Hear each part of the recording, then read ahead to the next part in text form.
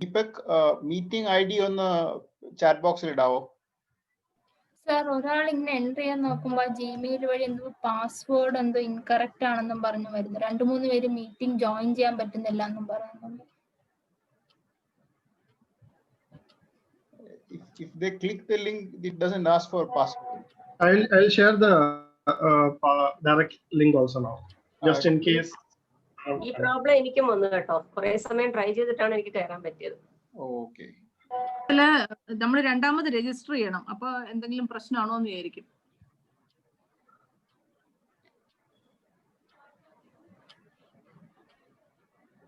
നമ്മള് നേരത്തെ പറഞ്ഞ ഡിസ്കസ് ചെയ്തിരുന്ന ഫാക്കൽറ്റി ആണോ എന്നുള്ളത് അതിപ്പോ കമ്പൽസറി ഫീൽഡ് ആക്കിയതുകൊണ്ട് എനിക്കിപ്പോ കയറിയപ്പോ വീണ്ടും അത് ഫില്ല് ചെയ്ത് കഴിഞ്ഞാലേ കയറാൻ പറ്റിയിരുന്നുള്ളൂ. ഒന്നുകൂടെ രജിസ്റ്റർ ചെയ്യാൻ പറഞ്ഞു. ടീച്ചർ കാണാൻ പറ്റുന്നില്ല കേട്ടോ. എന്തോ ഉണ്ടല്ലോ, സിന്ധി ടീച്ചർ ക്ലിയർ ആകുന്നില്ല. ഫേസ് ക്ലിയർ ആയിട്ടില്ല. മുഖത്തോട്ട് ലൈറ്റ് ഇല്ല. Sitting opposite light. Deepak Srikanth sir join ചെയ്തിട്ടുണ്ട്. Yes, ma'am. കണ്ടായിരുന്നു.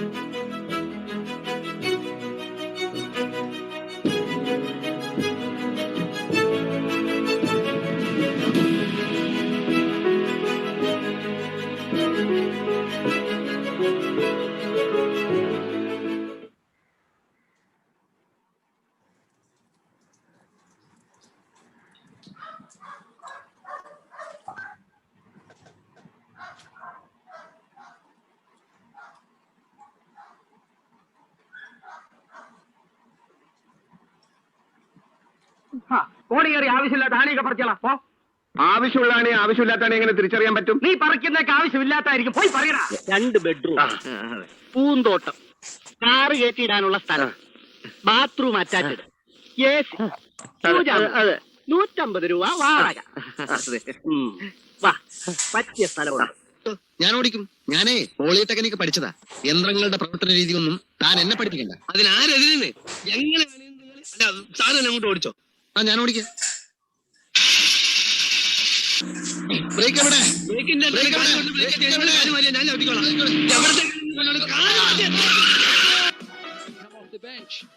Taking on Kirikesh into Lukaku. How on earth did Gagliardini miss that?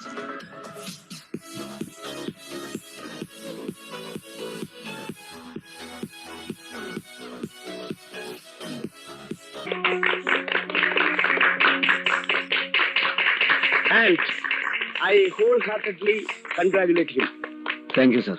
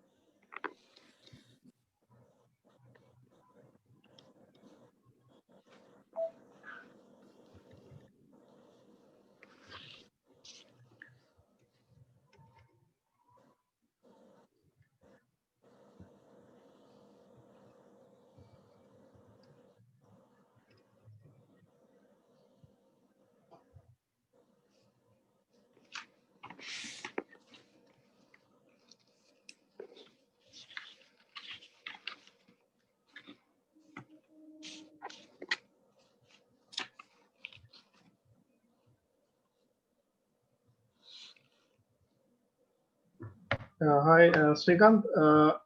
Can you test your sound and video? Hello, good evening, Deepak. Can you hear me? Yes, all clear now. All right. I hope you can see me as well. Yes. Okay. A bit more light would be good. Can you hear me?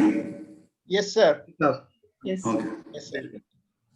This time sound is better, sir. Good evening, Jay Marchetta. Good evening. Deepak, Hi, Srikanth. hi, Nandan. Hi. Hello, good evening, sir. Good evening, Nandakumar sir. Good evening, Jayashree.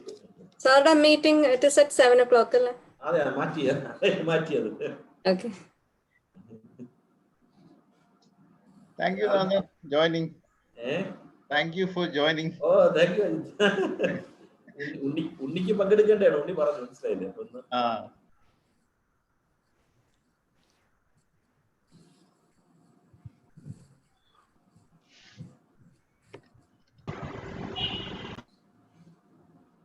So has everyone joined? So we can begin.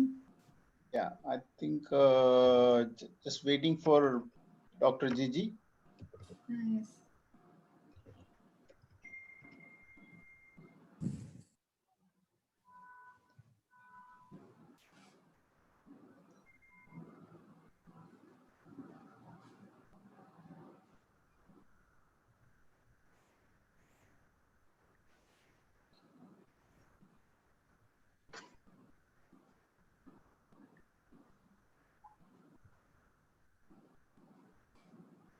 Good evening, Sadish. Good evening.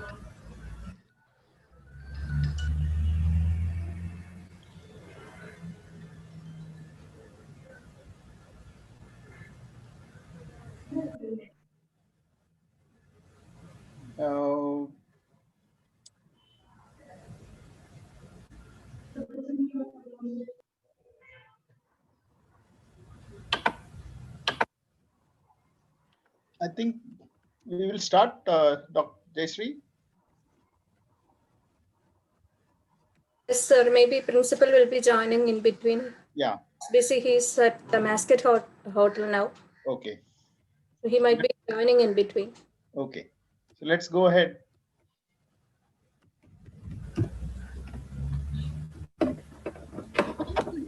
One and all, I'd like to welcome you all to the virtual inauguration of Civil Engineering Finishing Program, or the CEFP, which is aimed at helping our students in bridging the gap between curriculum and industry. We all quite well know that the classes we take at college wouldn't be sufficient for us to face the real civil engineering sector out there. So our thoughtful seniors have come up with a way to help us out. Since this is solely an initiative by our alumni, we should be really thankful and grateful to them for helping us out. And I'm very sure that everyone who wishes to pursue this program will find it absolutely beneficial. Anyway, moving on, we are all here to take part in this inaugural session of the CEFP. So let's begin by seeking the Almighty's blessings with the prayer. शुभं कुरुत्वं कल्याणम् आरोग्यं धनसम्पदः शुभं कुरुत्वं कल्याणम् आरोग्यं धनसम्पदः शत्रुबुद्धिविनाशाय दीपज्योतिर्नमोऽस्तुते दीपज्योतिर्नमोऽस्तुते शुभं कुरुत्वं कल्याणम् आरोग्यं धनसम्पदः शुभं कुरुत्वं कल्याणम् आरोग्यं धनसम्पदः.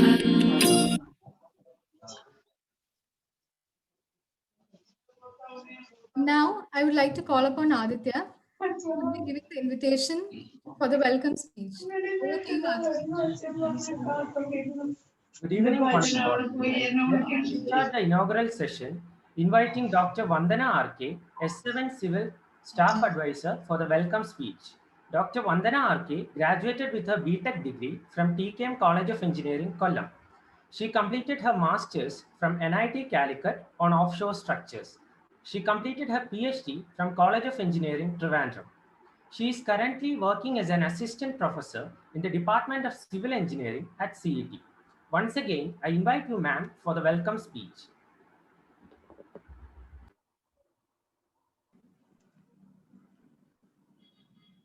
Thank you, Aditya, for the nice words.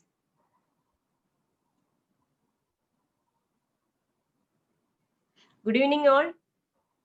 I am very pleased to be here today for the inauguration of Civil Engineering Finishing Program, jointly organized by CETA and the Department of Civil Engineering, CET. CFP is a new endeavor planned to bridge the curriculum gap with the industry. The driving force behind this program is a group of very successful alumni members of various batches of Civil Engineering Department. Their goodwill, insights, and friendship have made this program a reality. Our beloved principal, Dr. Gigi CV, is the backbone of all our activities in the college. Sir, your guidance and support prove that you are a great leader. With a thankful heart, we welcome you, sir, to this function. Today, with us, we have such an inspiring personality, Dr. Jaykumar. Sir, Jaykumar sir is a managing director and CEO of Vizhinjam International Seaport Limited. With 3 decades of experience in planning, design, and management of ports and harbor projects in India and abroad, his service to the nation building as CEO of Vizhinjam Seaport is outstanding, and we are very fortunate to have him with us this evening as the chief guest. We extend a great welcome to you, sir. It's my turn. Ma'am, you're unmuted. Can you please unmute?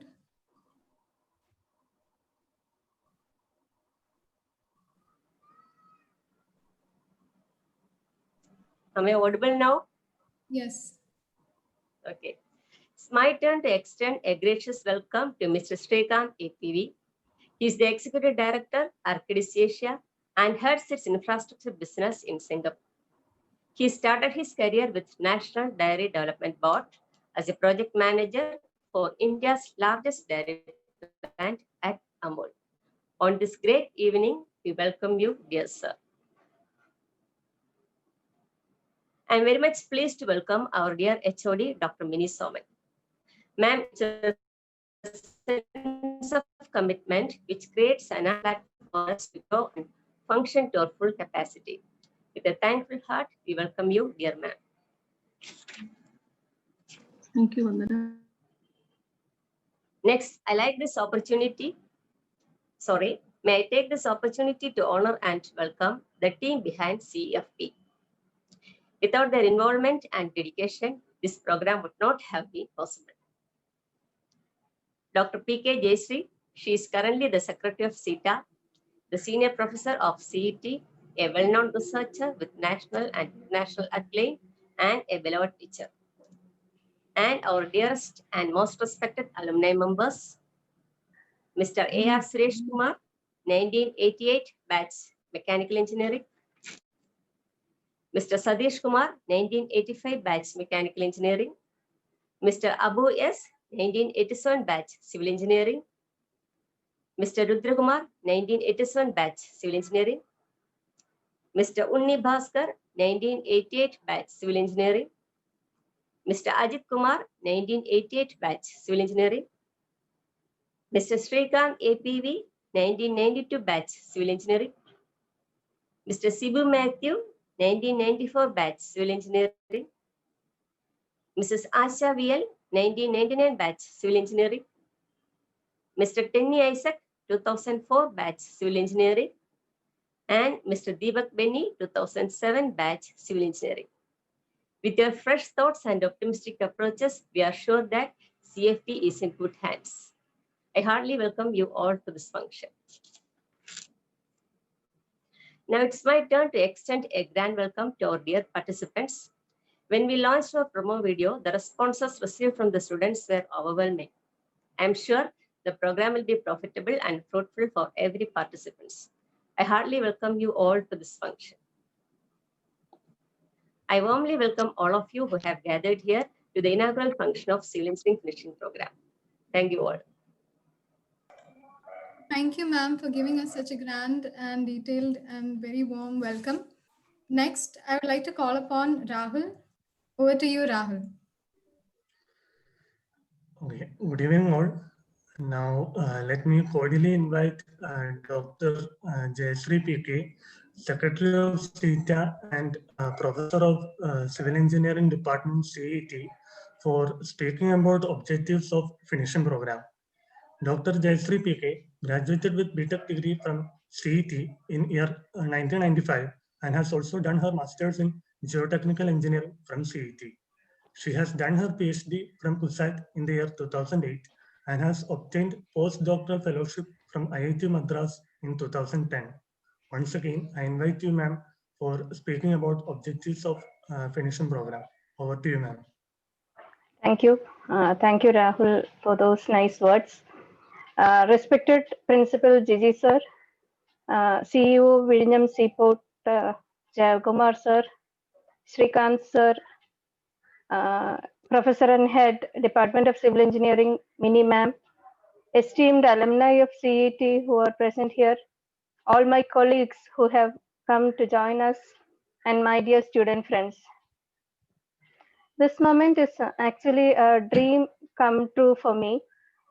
It was in fact a year before when our principal asked me a question, like when I visited him at his office, he asked me, faculty members of civil engineering have strong network around the globe, but still the placements in the civil engineering department is absolutely zero. Why are you not doing anything for the benefit of your students? This is the question he asked me. This question was pondering in my mind for the last 1 year, and it was then CET became serious on the NIRF ranking process. Principal began his work by having meetings with faculty members, students, and alumni to improve the ranking position of CET. Thus, as Secretary of CETA, I began supporting him in various such meetings. And in one such meetings, I came across I would like to call them so. I met Suresh Kumar AR sir, alumnus of 1988 mechanical batch, and Satish Kumar sir, former chairman of CET and an alumnus of 1985 batch. Suresh Kumar sir is the vice president of Voltas, and he is based in Dubai. Both of them are based in Dubai, and they have an aim like improving the placements of non-circuit branches of CET, that too in the core sector. And thus, with this motive, they set up the HVAC finishing program in the mechanical department. It is their parent department. And they invited me to its launch function and explained to me the purpose of the program. And the main objective is that our students who come to CET, they are really bright. We get the cream of Kerala, but they are not industry ready, mainly because of the gap between the curriculum and the industry. So our students should be trained on what is actually happening in the field, and they should be made industry ready so that the industry starts hiring them directly from CET. And after talking to them, I liked this concept. And I asked them whether this can be done for civil engineering department too, when they started the same thing for EEE branch also. Then their answer was they want to get the contacts of civil engineers in the industry to start this program. It was then with the help of Professor Sindhu P of Civil Engineering Department and with a positive note from our HOD, I began contacting the alumni from our own department. Most of them responded very positively to my queries, and finally, with a number of brainstorming sessions by Mr. Abu S of 1987 Civil Engineering, Mr. Rudra Kumar, Mr. Unni Bhaskar, Mr. Ajit Kumar, Mr. APV Srikanth, Mr. CB Matthew, Ms. Asha VL, Mr. Tenny Isaac, and Deepak Benny, all are alumni of our own department, and finally this day has come. I'm indeed happy for the efforts they have taken. They have got together many days, hours and hours, and finally this day, this moment has reached. They have planned a series of sessions, and finally the ultimate aim, I've been asked to talk about the objective of the program. The ultimate aim or the objective is nothing but make the students industry ready. Just to make them aware that what is happening in the industry, so that when they go out into the corporate sector outside CET, they become full-fledged engineers who can be directly hired by any industry. And right now, I'm still waiting for that moment of hearing the news that the students of CET got placements in core civil engineering field. That is my ultimate aim. So with this, I'm winding my words, and I wish all the best to this program as well as to all the volunteers, student volunteers. I appreciate the works of the student volunteers and the alumni who are involved, and I wish all the best to all the people behind team CEFP. Thank you everyone. Thank you, ma'am, for sharing with us the tremendous effort put in to make this a reality. And next, I would like to call upon Faris. Over to you, Faris.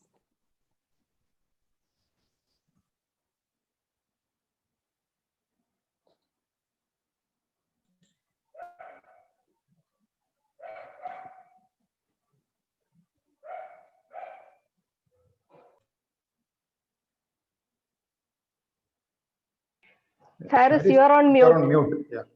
Faris, please unmute and talk.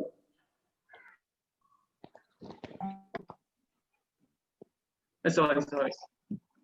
Good evening, one and all. I extend my gracious and inclusive welcome to Dr. Vinny Soman, Professor and Head of Civil Engineering Department. She pursued a bachelor's from CET in 1987. Subsequently, she earned a master's degree in structural engineering from CET. She completed her PhD from Kerala University in 2011. She has remained successful in delivering positive results, and she contributed her best efforts for the department. I take great honor in welcoming you, ma'am. Thank you. Thank you, Faris. Respected Principal Dr. Gigi CV, respected guest of honor Dr. Jayakumar, distinguished speakers of the day Mr. Srikanth APV, Mr. Deepak Benny, CETA Secretary Dr. Jayasri, dear alumni, advisors, faculty members, and dear students. This is indeed a moment of joy and excitement when our dear alumni join hands through CETA to support the students of their alma mater for enhancing their career prospects. This initiative has become possible because of their love and affection for their alma mater, combined with the online environment created by the pandemic. And about our campus placements, it is a matter of fact that our campus placement has taken a downward course in the last few years. I have to admit that at present, our campus placement is limited to software jobs. Of course, our students are not interested in.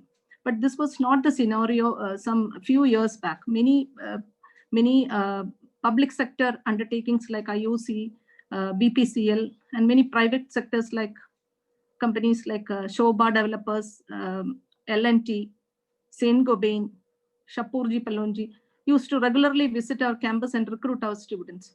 But almost all of them, they have recruited top students, but unfortunately they were not able to join, maybe for reasons of their own, like joining for higher studies or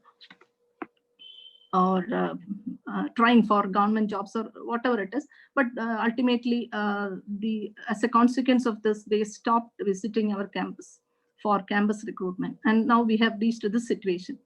Now our alumni has come together to help us out in this situation, thanks to the efforts of CETA and its secretary, Dr. Jayasri. So my appeal to the students is to make best use of this opportunity. Your seniors did not get this opportunity, and whether your juniors, it will be extended to your juniors, it depends upon how serious you are about this program. You have already witnessed the dedication and enthusiasm of alumni towards this program. Even before the inauguration of the program itself, they have spent minimum 10 to 20 hours together, sitting with our students, grooming them for improving their presentation skills, communication skills, then even minute aspects of poster making, etc., etc. So, dear students, do keep in mind that they are officials sharing top positions in multinational companies across the globe, and they are sparing their precious, limited personal time for you. This is only because of out of their love and affection for their alma mater. A big thanks for all those involved behind this program, and the Department of Civil Engineering will ever remain grateful to you for this gesture. And I sincerely wish the students will reciprocate to this gesture by scaling great heights in their career, making all of us and CET proud of you. Thank you. Thank you very much, ma'am. Next, we have Arya to invite our principal onto this platform. Over to you, Arya. A leader is one who light the path to the impossible and make those who follow to great heights. It is an injustice to proceed to the event without calling upon our wings of light, our pillar of strength, and our constant source of motivation. I welcome the man who doesn't need any introduction and known among all of us for his wisdom and the knowledge, our Honorable Principal, Dr. Gigi CV. After graduating from TKM in Electronics and Communication in 1988, he did his master's in Communication and Engineering from IIT Bombay in 1997 and PhD from Department of Electrical Engineering from IIT Bombay in 2007. The courage to make tough decisions and the compassion to listen to the need of others is an art Principal Dr. GCV does not set out to be a leader, but become a special one by the equality of action and integrity of his intent. It is an honor to have a personality like you as our principal. With a thankful heart, I invite you, sir, to address the gathering.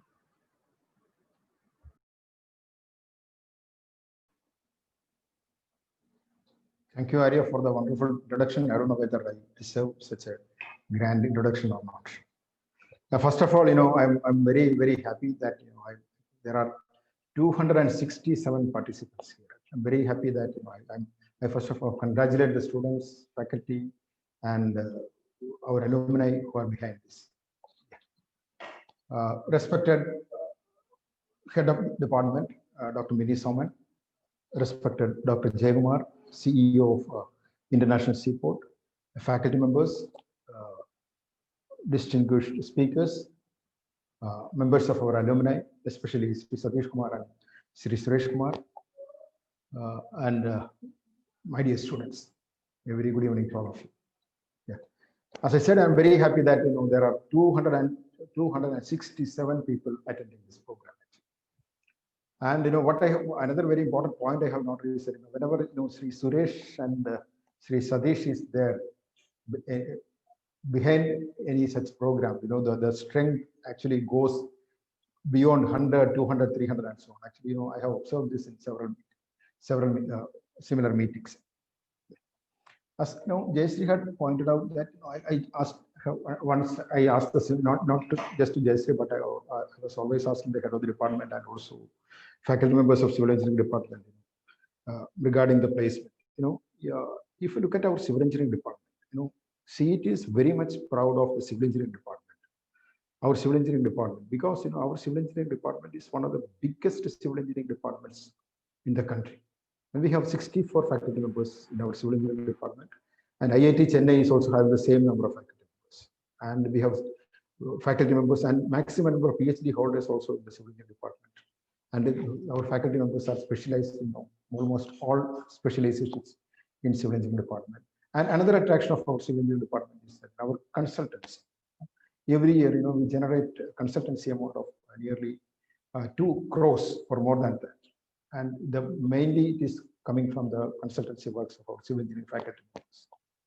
And also, if you look at the sponsored projects, and most of our civil engineering, many of the civil engineering faculty members actually they have sponsored project from different agencies, whether it is a DST or KCST or ACT or KT or whatever. We have a lot of sponsored projects and from central and state governments acquired by our civil engineering faculty members. And as Jayashree correctly pointed out, our civil engineering faculty members are also having very good contact because of these consultancy sponsored projects. And many of them are actually educated from very reputed institutions also.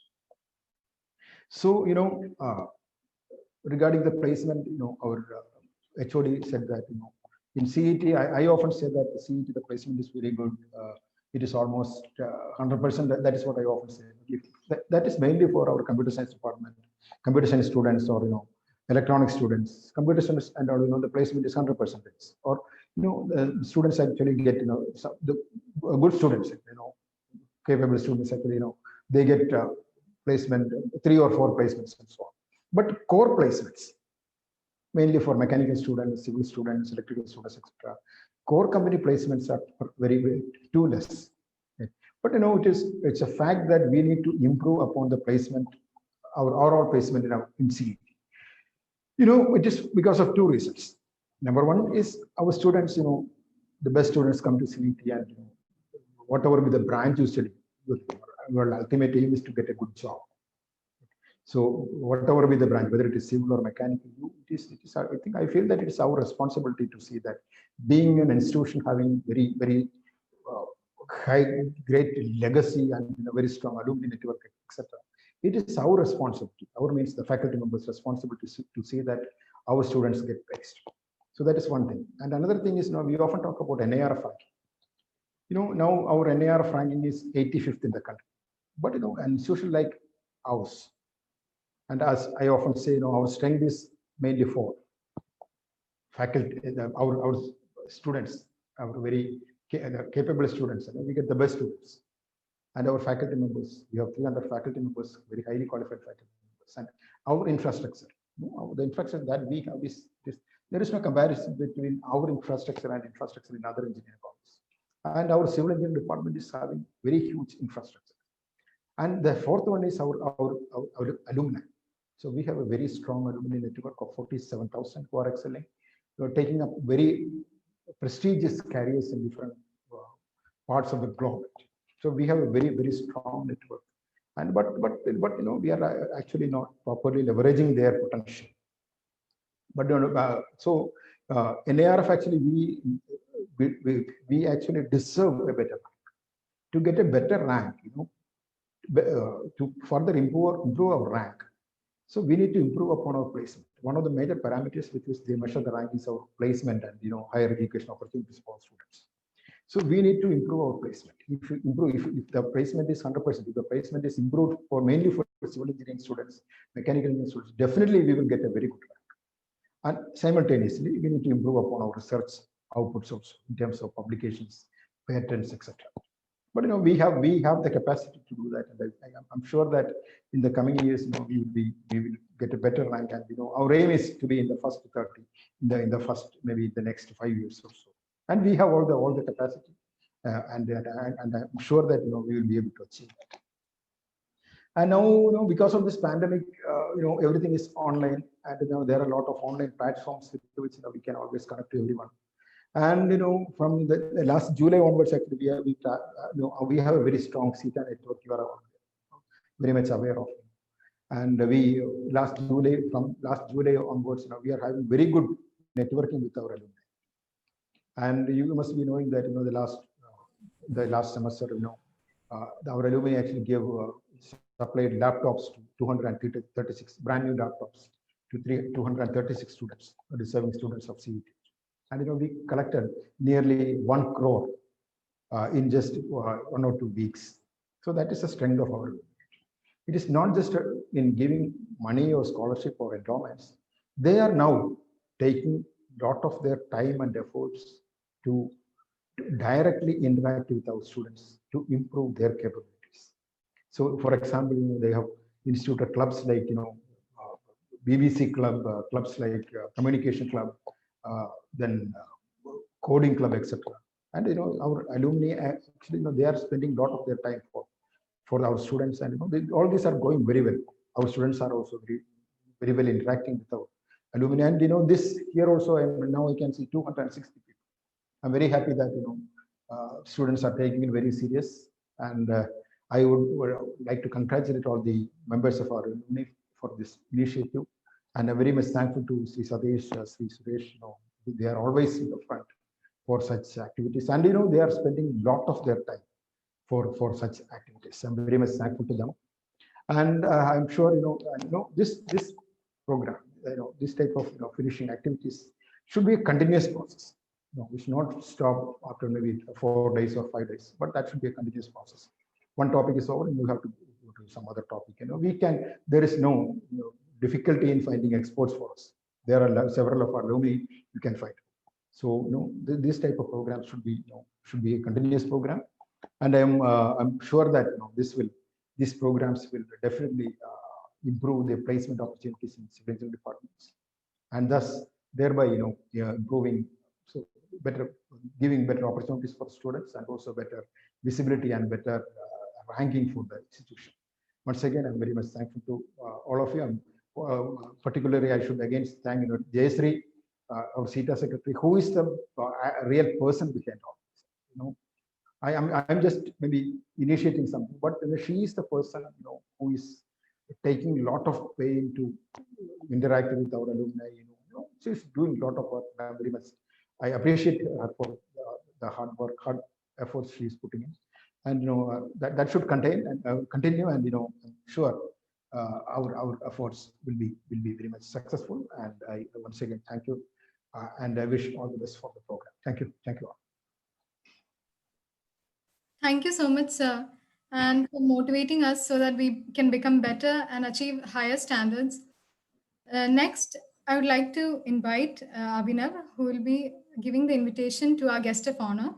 Over to you, Abhinav. Good evening and a very warm welcome to everyone. It is my privilege to introduce our guest of honor, Dr. Jaykumar, the Managing Director and CEO of Vizhinjam International Seaport Limited. And he is an alumni of CET Civil Engineering Batch 1978 and topper of University of Kerala.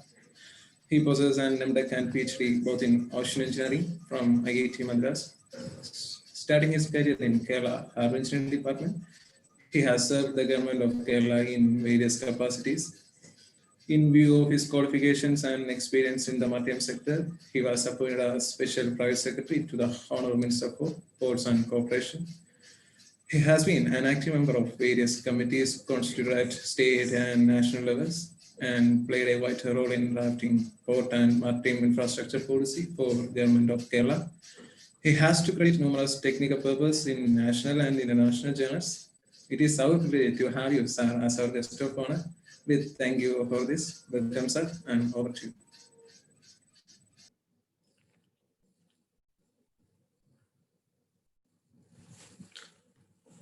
Okay. Am I audible? Yes, sir. Okay, good. Dr. Gigi, CV, Principal, College of Engineering, Tirunelveli. Dr. Mini Soman, HOD, Civil Engineering Department. Dr. Jayasri PK, Secretary, CETA. Dr. Vandana, she's a staff advisor. Is she there? I didn't see her. Speakers of various sessions. Then faculty members, alumni, and my dear students and friends participating in this program from various places. Good evening to all of you. See, this COVID-19 pandemic has forced us to confine to the monitors to participate in this type of programs, which has become the new normal now. Initially, when the outbreak happened in Wuhan, China, everyone thought it was China's problem. But nobody thinks that anymore now. The first country to be hit by COVID-19 is now the only one with a recovering economy and a re-emerging population. For the rest of the world, uncertainty still lingers on, and this is the only uncertainty now. So with this, at the outset, I would like to congratulate the CET Alumni Association and Civil Engineering Department, College of Engineering, Trivandrum, for a joint initiative to organize such a program for the upcoming civil engineering students, civil engineers, I would say. I'm delighted to have the opportunity given to me to inaugurate the program and deliver the inaugural address or keynote address, whatever you call it. And I'm all the more delighted to embrace the task assigned to me, being the alumnus of CET and as a civil engineer. As you all know, civil engineering is one of the second oldest professional degree in the field of engineering next to mechanical engineering. It was also known as military engineering in the past. And if you see some of the greatest and popular monuments like the Taj Mahal, Eiffel Tower in Paris, Great Wall of China, Burj Khalifa. These are some of the best examples to prove how important and valuable is civil engineering, this branch of engineering is. So we all should be proud as civil engineers. Dear students, as civil engineers, you can work on any infrastructure project ranging from our simple roads and highways, expressways, construction and maintenance of buildings and factories to bridges, power stations, dams, waterways, airports, seaports, industrial units, manufacturing plants, and so on, which involve a gamut of specializations in civil engineering. The upcoming port at Venice, which I spearhead, is also an infrastructure project which involves specialized skills, a lot of civil engineering applications in planning, construction, and management and operation when the port is ready. It also requires the skills of other branches of engineering, like mechanical engineering, electrical engineering, environmental engineering, and so on, environmental IT, in fact. Unlike a land-based structure, you have a very predominant additional dynamic, highly dynamically varying parameter, which are the waves, which adds to the complexity in the design and construction of marine structures as part of the port. So quickly, I will request I think one of the students to show an animation just to see how the port looks like when it is fully operational by next year. I think somebody can play this animation, please.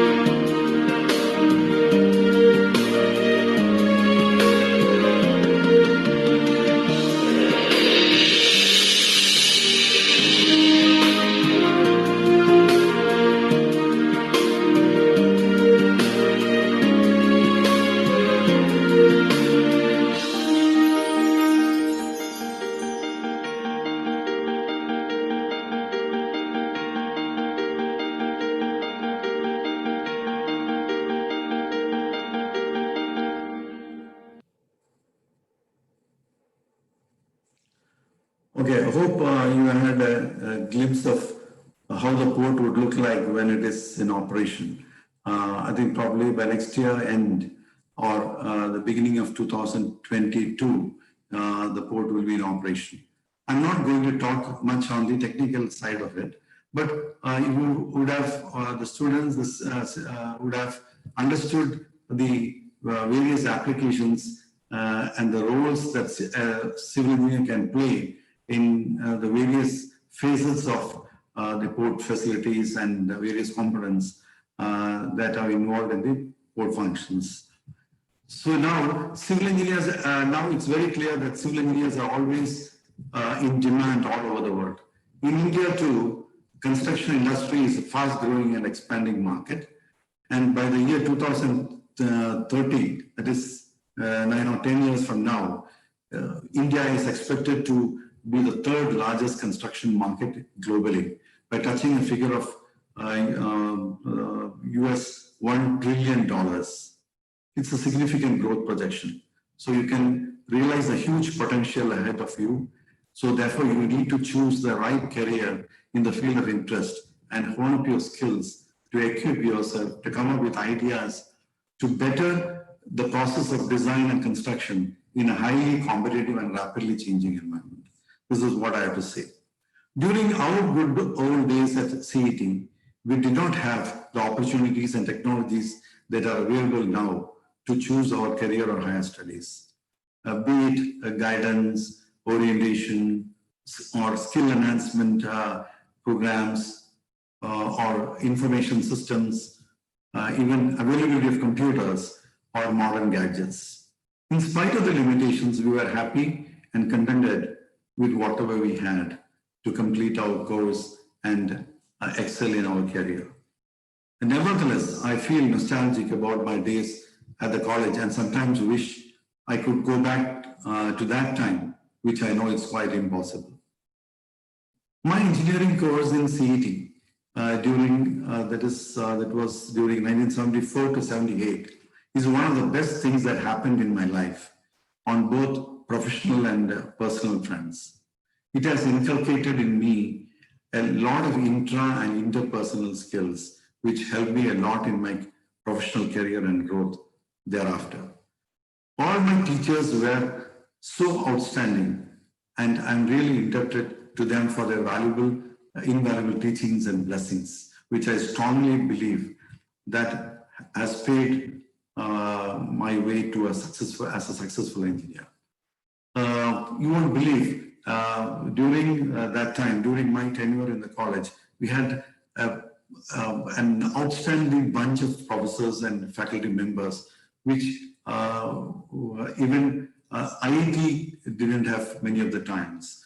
All were eminent professors, all of what I call excellent caliber in guiding us and teaching us, be it soil mechanics or geotechnical engineering or foundations or structures or surveying and things like that. So really those teachings have really helped me to reach this point in my career. It was during my tenure in CET that the first open house and CTEX exhibition was held. I don't know how many of you remember that. That was in 1977. The structural design of the planetarium, which you can see there, was my project. And without computers, we had a computer at the University Computing Center that was IBM 1620. So the structural design was carried out. We didn't have any computers in CET. So we used to go to the University Computing Center where the one punching system occupies one complete room, which was 10 feet in length. So we used that computers to punch our cards and get our results. That is how we did the structural design for the planetarium, which you see. And we were all involved in the masonry works of the planetarium and even the structural erection part and even installation of the cameras inside. And our professor, Professor Jayaraman, who passed away, was instrumental in setting up the planetarium at that point. Now, a little bit a bit of my career path. After my engineering degree in 1978, I took up a job as civil cum structural engineer in an engineering at a firm based out of Cochin. And I was involved in the design and construction of steel buildings and structures. And they posted me in the design office at Cochin and later at various sites, doing tall structures and things like that. And the turning point of my career happened when I joined the Kerala Harbour Engine Department as assistant engineer. That was in 1981, where I developed a passion for working in the maritime sector. I was given the responsibility to design small ports and harbors. And thereafter, because of my passion to continue in the maritime sector, I pursued my MTech in it, pursued the MTech course at IIT Madras in Ocean Engineering. And thereafter, because of that qualification, I got the opportunity to join the Wave Energy group of IIT Madras, which was involved in the conceptualization and installation of India's pilot wave power plant off Vizhinjam coast. That was a successful one at that point of time. At that point of time, India, Japan, and Norway were the pioneers in wave energy. So we installed a 150 kilowatt plant. Right from the scratch, I was involved in the project. And later,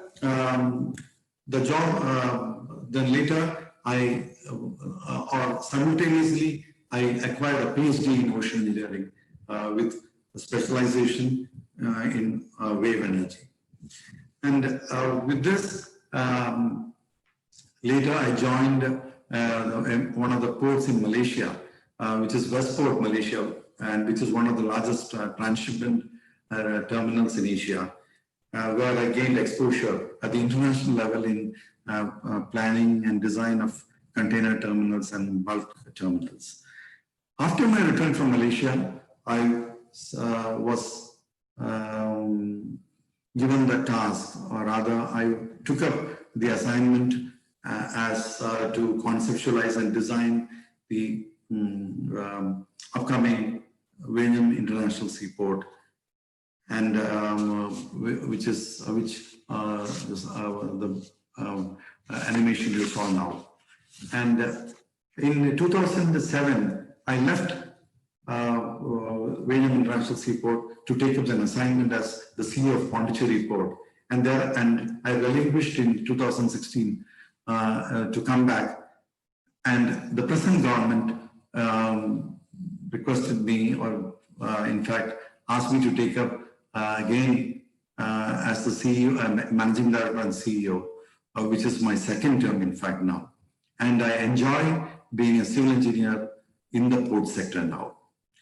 Therefore, my dear students, if you have the passion, there are several career options in civil engineering which can offer great potential, professional as well as personal growth, besides very good job satisfaction to excel yourselves. Only thing is you have to choose wisely depending upon your interest and passion. But unfortunately or unfortunately, a lot of our civil engineering graduates tend to opt their career in IT or IT related services due to several reasons, like attractive salaries, comfortable working environment, opportunities for travel and postings abroad. So therefore, as a result, the infrastructure sector finds it difficult to get or retain good talents, which is a serious concern or problem concerning the construction industry now. While a degree course in civil engineering provides you with a basic theoretical and practical knowledge, finding the right career in any field of interest may be difficult, especially for those who are confused or uncertain about their future plans. However, if proper guidance and information are provided on time on the subjects concerned and the processes involved in the design and construction, then the civil engineering graduates can be geared up to meet the requirements and challenges to take up any challenges in the booming construction industry. So here is the need for such a civil engineering finishing program, which is the initiative of the Civil Engineering Department and the CETA alumni. Hope the proposed finishing program would provide the civil engineering students good insight about the field concerned before opting it for a career in the rapidly emerging global market.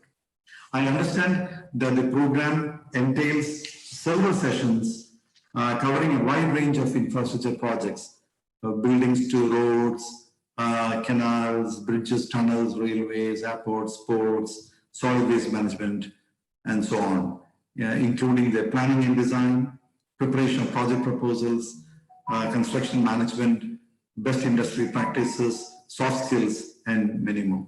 I congratulate the CETA alumni and Civil Engineering Department once again for commencing such a program for the students. I wish the program all the very best for its great success and hope the students will make use of the sessions effectively and to choose their career options or specialization without any confusion or ambiguity. My sincere thanks in advance to all the speakers for the various sessions, especially Mr. Deepak and Mr. Srikant EPV, who is the Executive Director of Arcadis Asia, who will be talking next, I believe, to address the students in their MHRDC schedules. With these few words, I declare the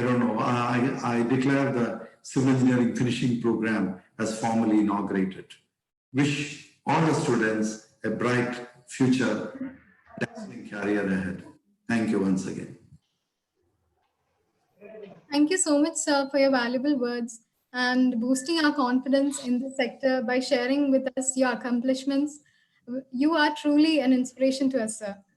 Thank you very much. Thank you. Now, the time has come for the real official inauguration of this civil engineering finishing program by the logo launch. For that, I would like to invite our guest of honor, Dr. Jayakumar, sir, to do the honors. Since this is a virtual logo launch, a video of the logo will be played.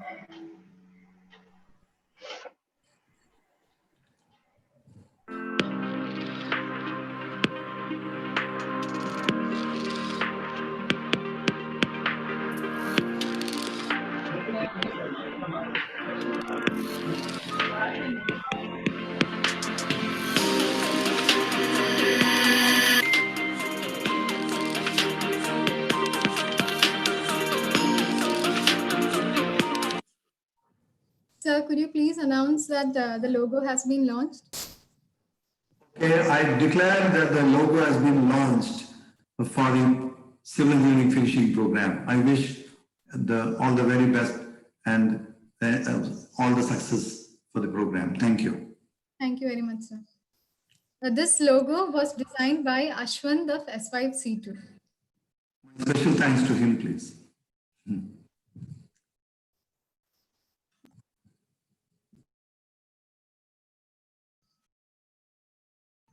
Next, I would like to call upon Amrita. Over to you, Amrita. Good evening, everyone. It gives me immense pleasure to welcome Mr. Srikant APV to the first session of CEFP.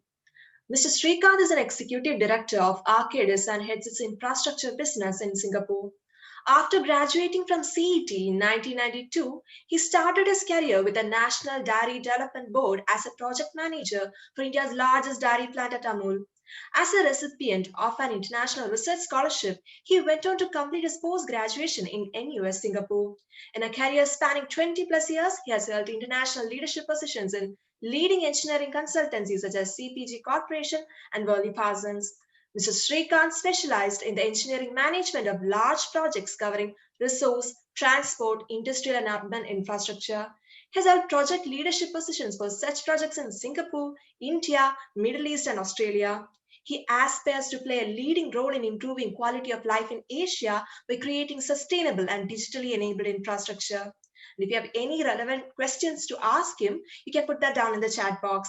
Once again, I invite you, sir.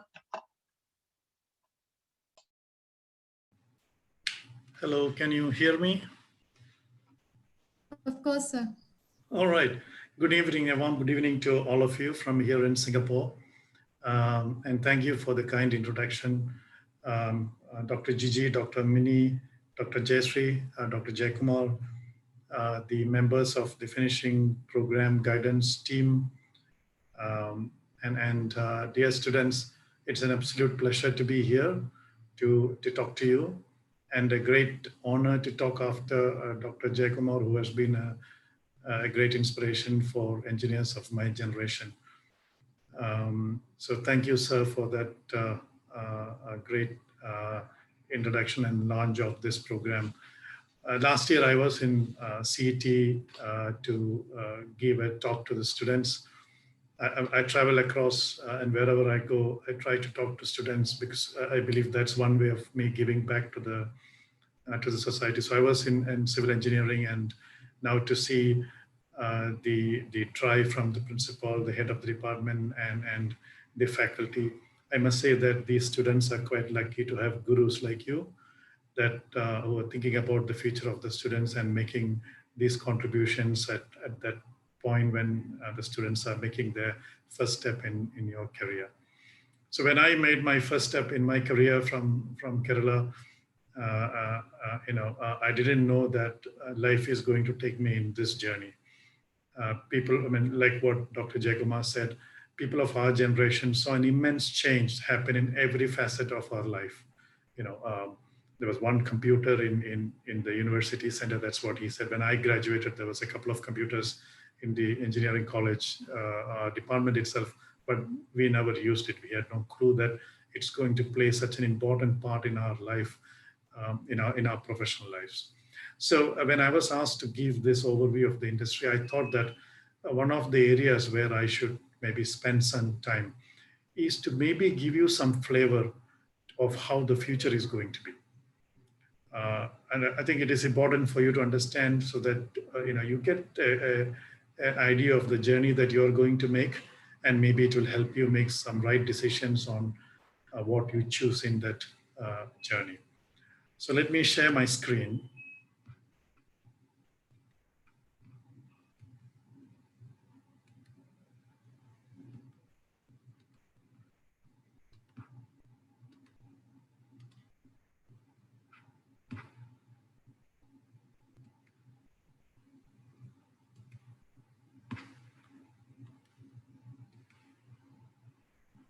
Can you see my screen? Yes, sir. Okay. So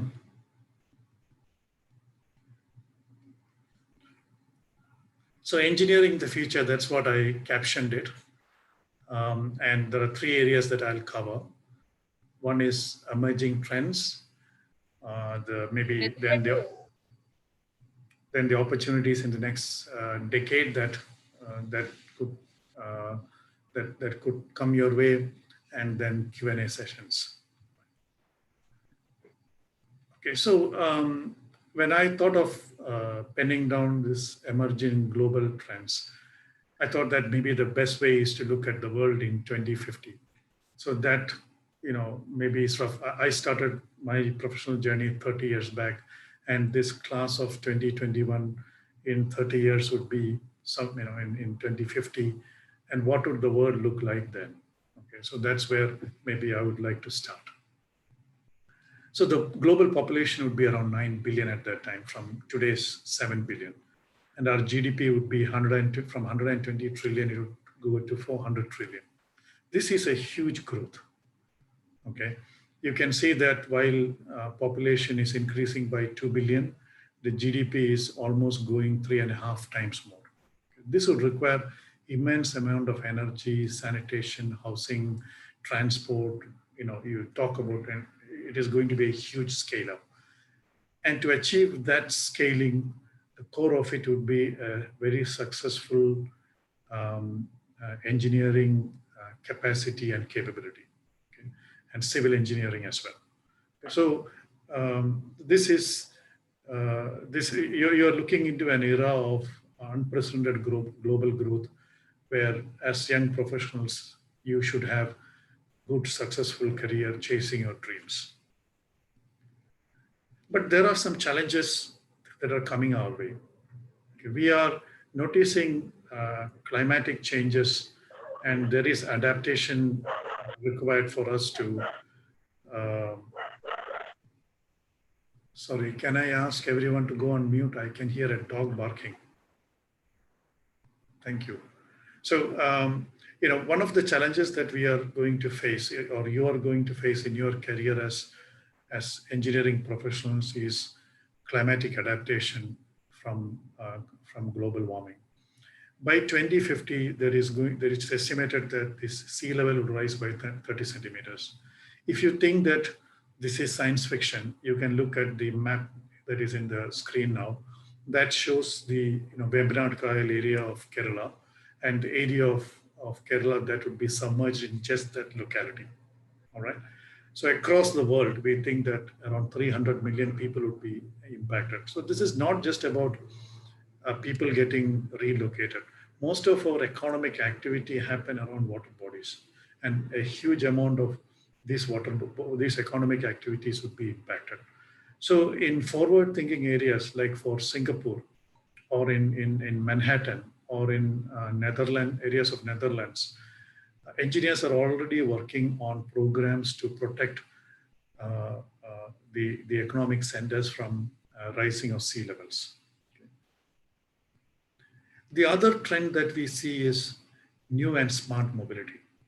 So we all, in the last 100 years, we lived in the era of hydrocarbon-driven, fuel-driven vehicles. Okay, but now we see the shoots of autonomous, connected, and intelligent systems and vehicles coming across the world. If you go to National University of Singapore, you will find that the internal buses in the National University of Singapore is currently driverless autonomous vehicles. Okay, so today travel planning is available here in Singapore, where you could actually book a bus seat, and the app would give you an alarm when you need to leave your home, that you can walk down and take a bus. So digitally enabled technology is now creating new ways of transport. There is going to be in your professional career, you're going to see the reliance on fossil fuels go down. You will find that electric, hydrogen, other alternative propulsions are going to be in place. It will require new infrastructure. Okay, it is going to be a different kind of infrastructure to what hydrocarbons fuels were. So this will create new kinds of. It will require new kinds of competencies, knowledge to design the infrastructure for that. And there will be new forms of mobility. There will be, for example, in advanced economies, we are seeing a lot of use of electrical scooters. So electrical motors, there is no limitation to size. You can have very small ones to reasonably big ones that you can put in different forms of mobility devices. So this will require new forms of infrastructure designs. It will require roads maybe being used for new kinds of mobility devices. There could be, personalized containment devices that could, mobility devices that comes in. And if you think that any of this is again science fiction, it is not. Okay, these are the trends that you are going to live in your career. Now, the last one is digital transformation of construction. So if you look at civil engineering, one of the nature of our industry in the past 100 over years was that we were never a frontier science. We did not see huge transformation in our industry. Okay, one of my professors used to say that we would do research for 20 years and then conclude that the partial safety factor for concrete can be changed from 1.5 to 1.15. That was the scale of research and development required before you make a change in our industry, but that is going to change. Digital technology, you are going to be the generation that is going to live through tremendous digital change in civil engineering and construction. I have a separate slide for that. I will deliberate it more there. So what are the near-term trends? It is easy to talk. maybe looking into the crystal ball is one thing, but when you look into the near-term trends, this is what some things that you could keep in note. See, globally, my generation, we rode the wave of globalization. It took almost the entire alumni of CET in different branches to different parts of the world, okay, for many years. But we think that this trend could reduce or even come to an end.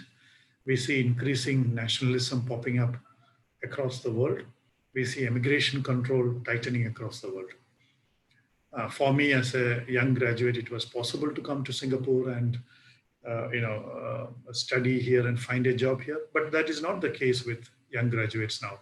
Recently, I was talking to a CET graduate in Singapore. He graduated in June last year and is struggling to find a job here. He did his post-graduation in National University of Singapore. So things are changing, okay? But what it means also is that if you can't go to other places, it is possible that work could come to you. So for instance, Arcadis has 1,000 people in India. We don't design anything for India. Those 1,000 people design for projects across the world. The high-speed rail in London is designed in our Mumbai office. The MTR stations and tunnels for Hong Kong are designed in our Bangalore office. Okay, the deep tunnel sewage system in Singapore is designed again in our Bangalore office. Okay, so what India is a great place for international companies to start global engineering centers where they could send their work and get this done. Okay, so these are some of the immediate near-term trends.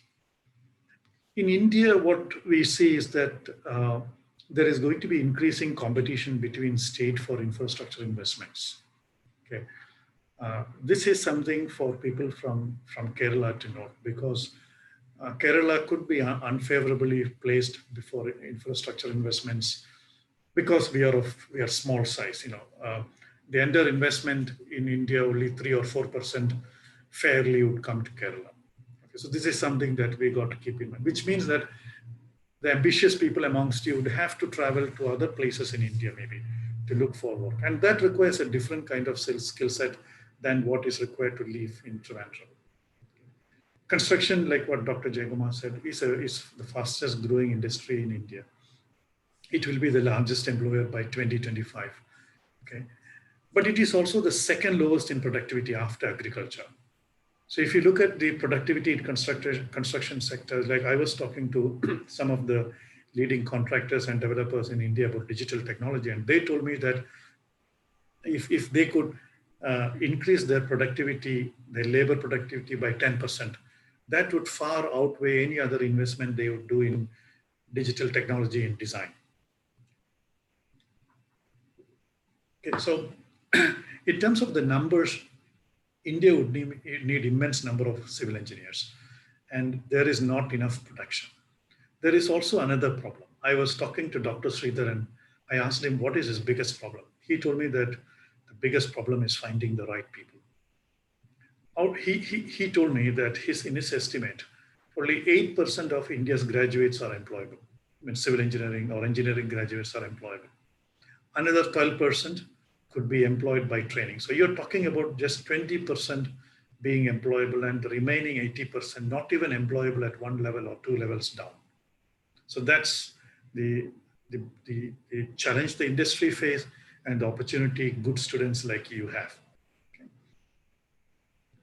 And in Kerala, it is possible that there would be a reduction in the remittance that comes into Kerala, which has been a great driver for us to be maybe the most developed part of India today.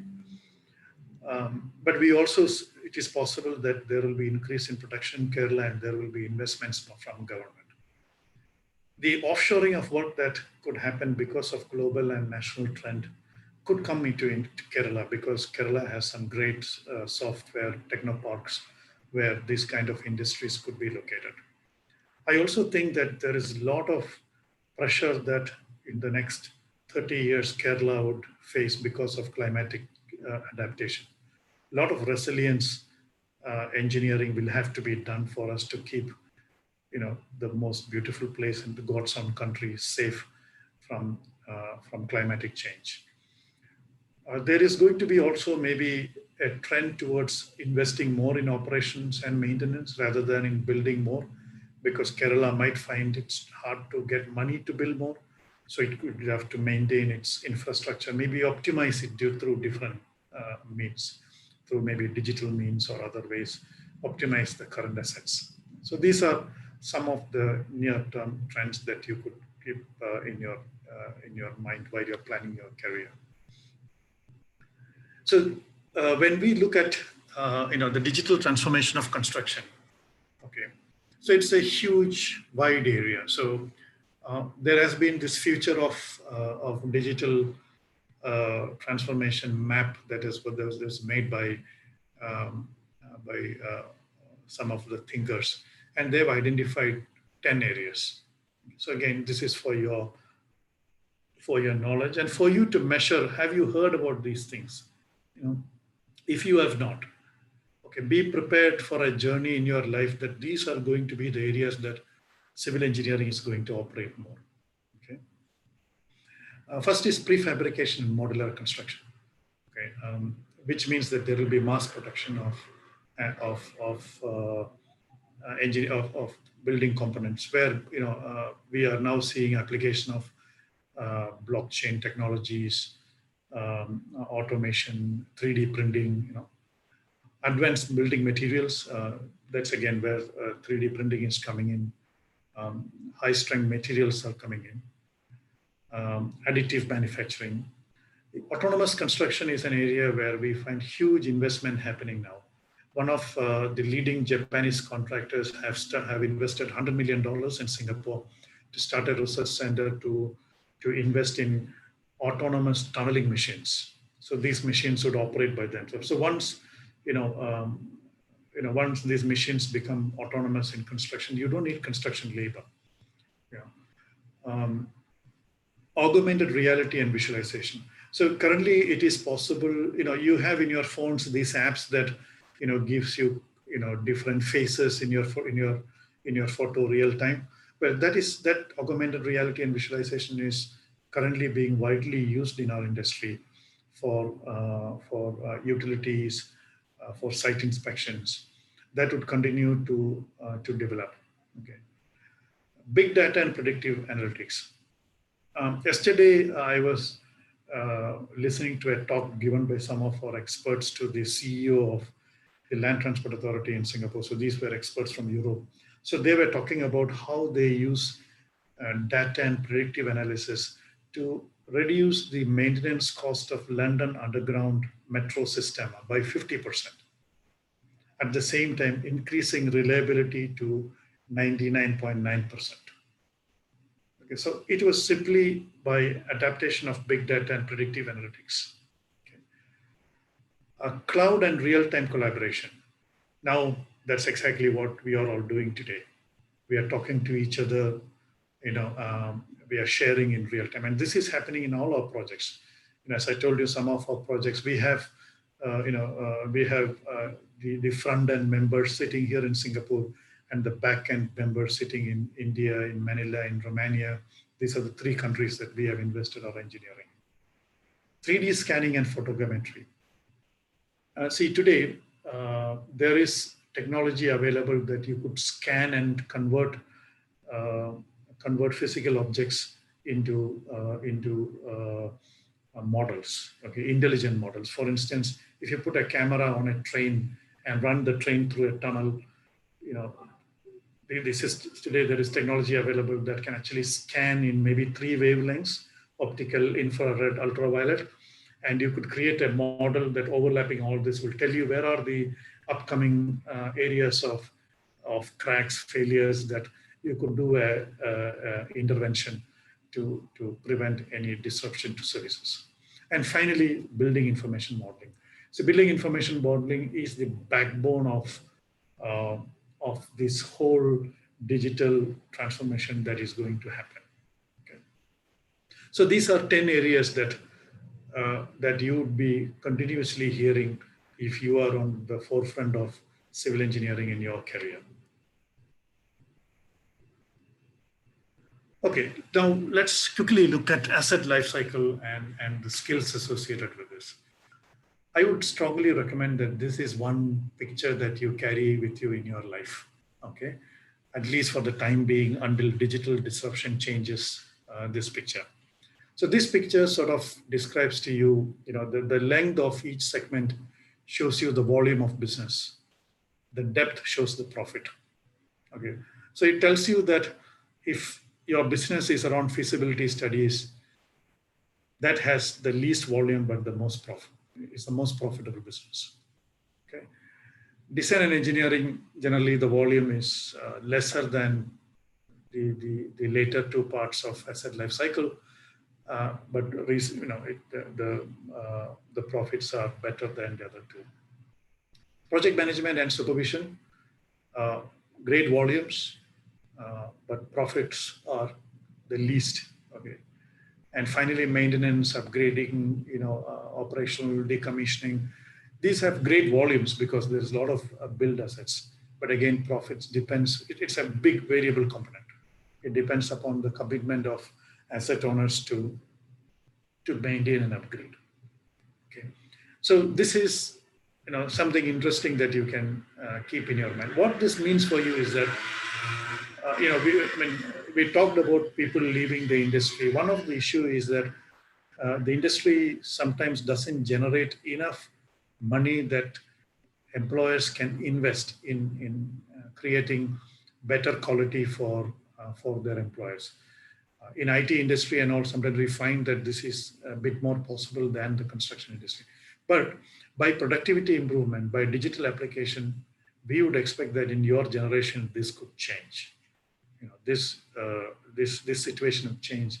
And if I could give you an example, I met this bunch of young people in our Bangalore office who showed me a program that they have written, which could actually, it's a parametric design program. If you feed in the parameters, it will design the beam alignment in around, sorry, the bridge alignment around 20-30 spans in maybe 5-6 minutes, and it will create the beam model in maybe half an hour. So that's huge productivity improvement compared to somebody doing it, maybe taking maybe 5-6 months to do it. So this is how productivity improvement can result in better earnings for the businesses, which could translate to better rewards for the employees in the industry. So I thought that I should also put some thoughts about the skills that would be useful when you transfer this. One is, of course, technical skills, because we are technical people. We bring the value of our technical knowledge. So whether it be design and engineering, project management, environmental and sustainability, any of these fields, I have not split it into transportation or structural or geotechnical, because all that falls into any of this. Okay. So technical skills are very important. So in technical skills, it is important that you have the knowledge, you be thorough in it, you have the right certifications, you have a continuous developmental program where you continue to learn the new technologies, the new tools that are coming in. So that technical skills are very important. I also think that in the next 30 years, digital skills are going to be extremely important. Not just digital literacy, it is digital skills. So if you know the acronym of BIM, VDC, IDD, you have at least made a good start. But if you don't know that, I strongly urge you to start looking at the digital dimension of our business. I find that continuously international businesses and our businesses in India are looking at analytics and scripting skills. Okay. For instance, we actually employ a lot of data analytics enabled engineers in India for our global businesses. Okay. Then it's also about ecosystem knowledge. Ecosystem knowledge means that now it is not about knowing one or two software. It is maybe knowing a huge ecosystem of how do you use different tools to create certain results for your business. Last but not least, after 30 years, when I look at the people who have traversed the industry and come to the top, if I could choose one skill that have kept them apart, I think it is the soft skills. Okay, it doesn't mean that soft skills is going to help you travel across this whole of your career. Okay, you need a very strong technical core. It's the first day of that entrance exam for Lithuania.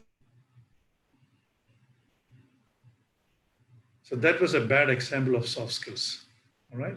So in soft skills, the verbal and written communication is very important because you need to you are going to be living in a very connected multicultural working environment. So it's very important that you need to have verbal and written communication skills. For instance, if you think that you are going to work in India, that most of your career is going to be built in projects across India outside of Kerala, you need to have reasonably good verbal skills in Hindi. That's what I'll recommend. Okay. The second is adaptability. You need to, you're going to live in a world that is going to continuously change. You may need to move from different segments. You may need to move from different skill sets. You may need to adapt to new technologies. Earlier, these were all things that we would say software engineers have to do, but this is now going to come into our field. And finally, commercial acumen. At the end of the day, you should know how to make money from your profession. Okay, people who are able to do that, that have the commercial acumen to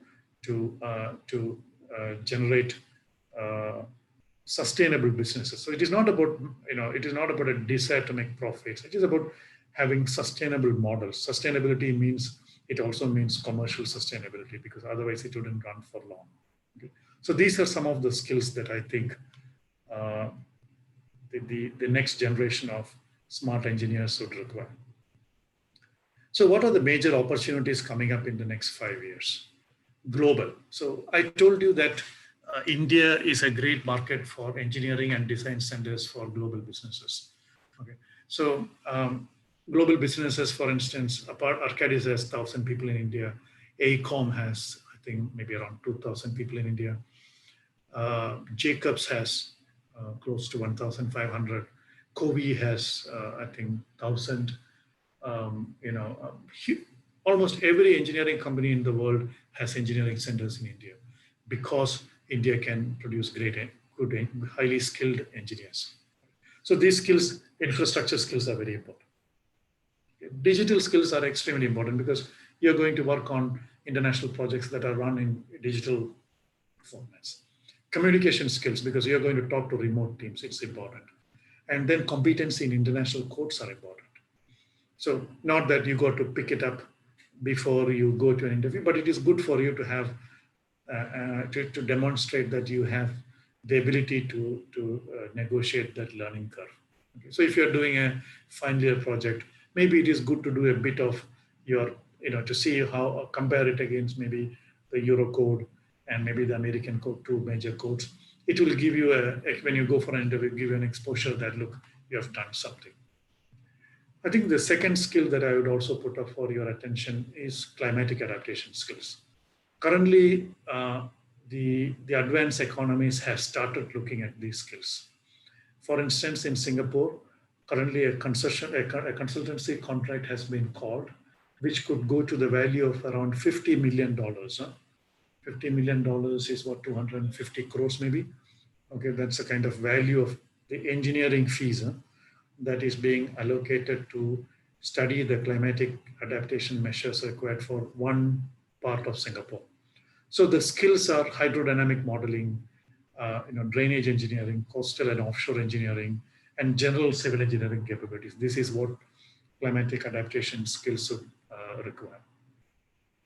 I told you about the mobility trend. Okay, so a disruption is going to happen in mobility. Okay, it could happen. It is unlikely to happen through government. Very likely, it will happen through entrepreneurs.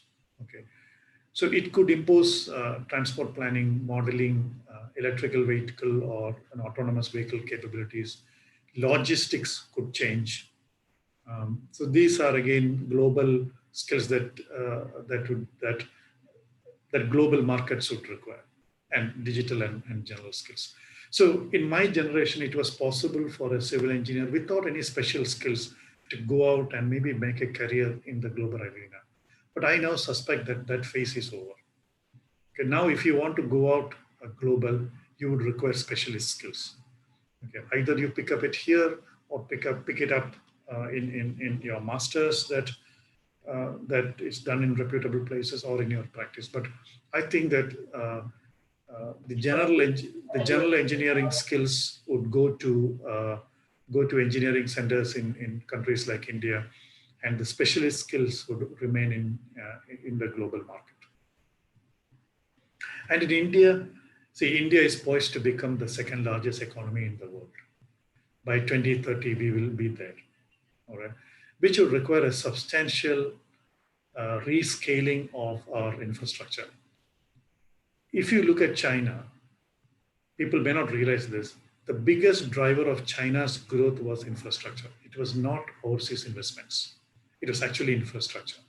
China grew by building infrastructure. It created such a massive internal economy. It created employment. It created capabilities that today China is actually exporting to other countries. Chinese contractors, if you take the top 10 contractors, 4 of them are Chinese. And those 4 of them are maybe 10 times bigger than the biggest Japanese or European contractors. Okay. So whether India would be able to replicate that scale, it would be fantastic. None of you would have to be worried about a career. Okay. So around 35,000 kilometers of high-speed corridors, major highways, around 520 ports to be enhanced. India has solid plans of building another 100 new airports or enhanced airports because we want to shift our pattern of travel more towards air, rather than spending to enhance road assets. India is going to invest heavily in high-speed rail. I was fortunate to be part of the first high-speed rail project in India. Arcadis had 100 people working in this project, an extremely professionally run job by the government, and another 4,000 kilometers is coming up. Okay. Urban rail in India has not moved as fast as it could have been, but we think that maybe another 2,000 kilometers is coming in the next decade. Now, utilities, there is huge amount of requirements with the population growth. Our urban centers are supposed to grow a lot. Our utilities are not the best in the world. There is certainly a huge amount of improvements there. I must also stress to you that India is considered as one of the most favorite locations for investments in renewables, okay, renewable energy. There's a lot of scope for environmental engineers there because renewable energy requires a lot of EIA and EMMP studies, and based on which bankable funding studies are bankable funding projects are released. Okay. In housing, India is likely to see a private entrepreneurial drive to create huge amount of low and middle income housing. All major Indian developers are looking at this segment with seriousness. They are talking to people like us to see how they can produce in huge quantities. Okay, replicable modular construction, that can be then digitally monitored, traced. Okay, maybe using autonomous construction. That's something that India is looking at. There are large industrial corridors being developed. Current estimate is around 20,000 kilometers. The other big area where we see private investment interest is logistics. Okay, and currently with the changes in the agricultural bill, the agricultural produce could come out of the government warehouse system into private warehouse systems, and that would create huge amount of transport logistic requirements. Okay. India is again going to be a big target for data centers. Okay. Currently, there is a regulation in India and in many other countries that data for people and businesses of a country has to be kept in that particular country. It cannot be kept somewhere else. So now supporting our 1 billion population, Amazon, Google, all these big data center companies would have to build data centers in our own country. Okay. Similarly, IT parks. And then there is this big topic about urban rejuvenation and smart cities. India's smart city program has been a big disappointment. That would be an understatement. Okay. we have, if you look at a typical budget that came out for smart cities, it was a few crores, maybe 2 crores, 5 crores. That's not what smart cities are. Smart cities create, digital backbone on which data is provided by the government, and then private entrepreneurs monetize it. That's how smart cities work. Okay, but if you go to any city in India, or for that matter in the developing world, you will see that the challenges the population face are civil engineering in nature, be it traffic, be it buildings, be it space, be it quality of life, be it pollution, be it water, wastewater. You mention it, you will find that most of these things are civil engineering associated. And if India has an aspiration to come up and change our cities to the standard of what China has done, what some of the other developing countries have done, then there is immense opportunity for engineers. Finally, to Kerala. So Kerala, there is infrastructure development that would continue to happen to support our development of the state. Roads, highways, airports, high-speed rail, urban rail, these are all. But you could see that the scale would be less. Okay, the housing would be Kerala has quite an advanced housing status as of now, maybe one of the best in the country, and even best in the developing world. So what we could see is migration. You could see that people moving from low-income housing to middle-income housing, that kind of changes could happen. But there could be a lot of investments in asset management and operation and maintenance. I was seeing a video that the Public Works Department of Kerala has actually invested in a good program this time to do a more scientific approach to asset management of bridges. Okay. Waste management, there was a problem some years ago. We are now managing it through a certain very interesting green initiative. But I think a more comprehensive approaches and engineering technology would be required. Climatic adaptation is going to impact us very severely. We had 2 floods, which people think could be mismanagement of dams and water, but that is not the case. Across the world, climate is changing. We are having, the design curve for rainfall intensity in Singapore was revised in 2014 because of the changes in rainfall patterns. It's happening across the world. Okay. We think that Kerala, the other opportunities could be around the infrastructure that is required to support agribusiness, which could be warehousing, transportation infrastructure. And finally, then there is also sustainability and environmental sciences, because Kerala is one place in India where industrial development has not happened. And the good side of it is that we are not seriously polluted. A morning in Bombay or Delhi is very different from a morning in Trivandrum, where I have a flat in Trivandrum from where I could actually see the peaks of Ponmudi on most of the mornings. If we leave our balcony open, we get these big owls coming in the night, which shows that the night ecosystem in the middle of the city is still intact. So I think that Kerala would still continue to invest to keep that in place. So there will be demand for environmental engineers and scientists. So that has been maybe a quick overview for me of the future of and what is near term. I hope that it was of use for you, but even at least as an eye opener. Let me stop sharing. All right, so that was what I wanted to talk to you, and happy to take any questions that you may have.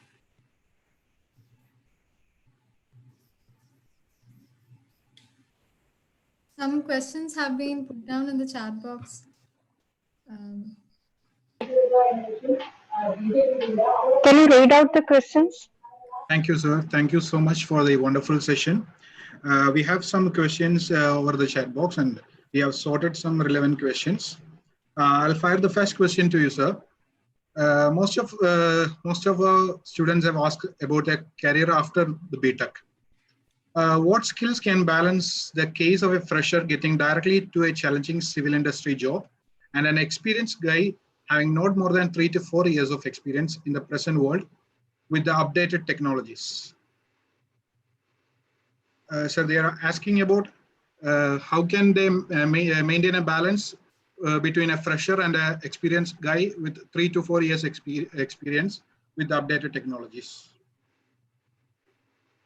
Sorry, I'm trying to understand the question. What skills balance the case of a fresher? So you're asking that what skills a fresher would require to get to a challenging civil engineering industry job, is it? Is that the question? Yes, sir. Yes, sir. And they will be facing and experienced people from the field itself, right? So How would they compete against them, is it? Yes. Yeah, how can they better themselves to compete against them, experienced people? Okay, I think it would depend on what the organization is looking for. Generally, organizations would prefer to take people with experience because then they don't have to invest in creating the competency in the employees for doing the job. Okay, and so if the freshers have competencies that can be comparable, okay, and it can be reasonably established that those competencies can be comparable to what a 3 to 4 year of experience guy has, then maybe you have a chance. Another question was about how currently if someone is studying civil engineering course and what kind of courses they should take up as extra so that they can better adapt to the industries, present relevant industries. I think currently our curriculum does not have a lot of digital content. So if you are aiming for a career that could have digital content, then I would strongly recommend you to pick up those skills. I think your generation would have it. You know, they would have to face the digital transformation of construction industry. So it will be good to pick up digital skills. Okay. The other skills is, I'm assuming that the technical skills that are required for you to do your job as an engineer, as a fresh engineer, you would get from your college. Okay, that's an assumption that I'm making. Other than that, what is not covered in the, I think one is digital skills. The other is certainly soft skills. Okay, I go across different places, and one of the feedback that I gave to your faculty was that I found that in general, the ability for our students in Kerala to communicate has become less and less competitive compared to rest of India.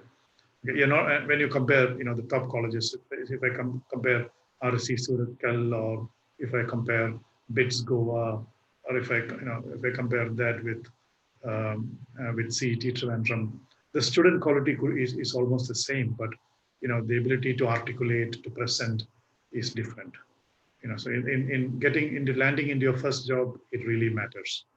And across your career also it matters. So that is soft skills is something that I would certainly recommend even for a professional training. Thank you, sir. Next one, somebody is talking about space research. Do civil engineers have an opportunity in space research, terraforming?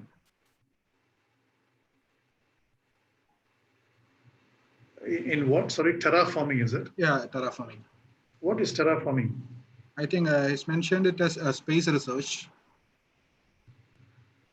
Okay, so I'm a space buff. I follow space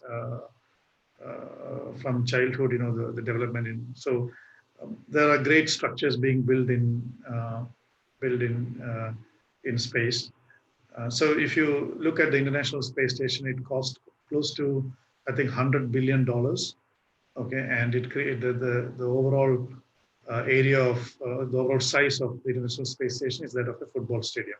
That sort of tells you the volume and specialty associated with it.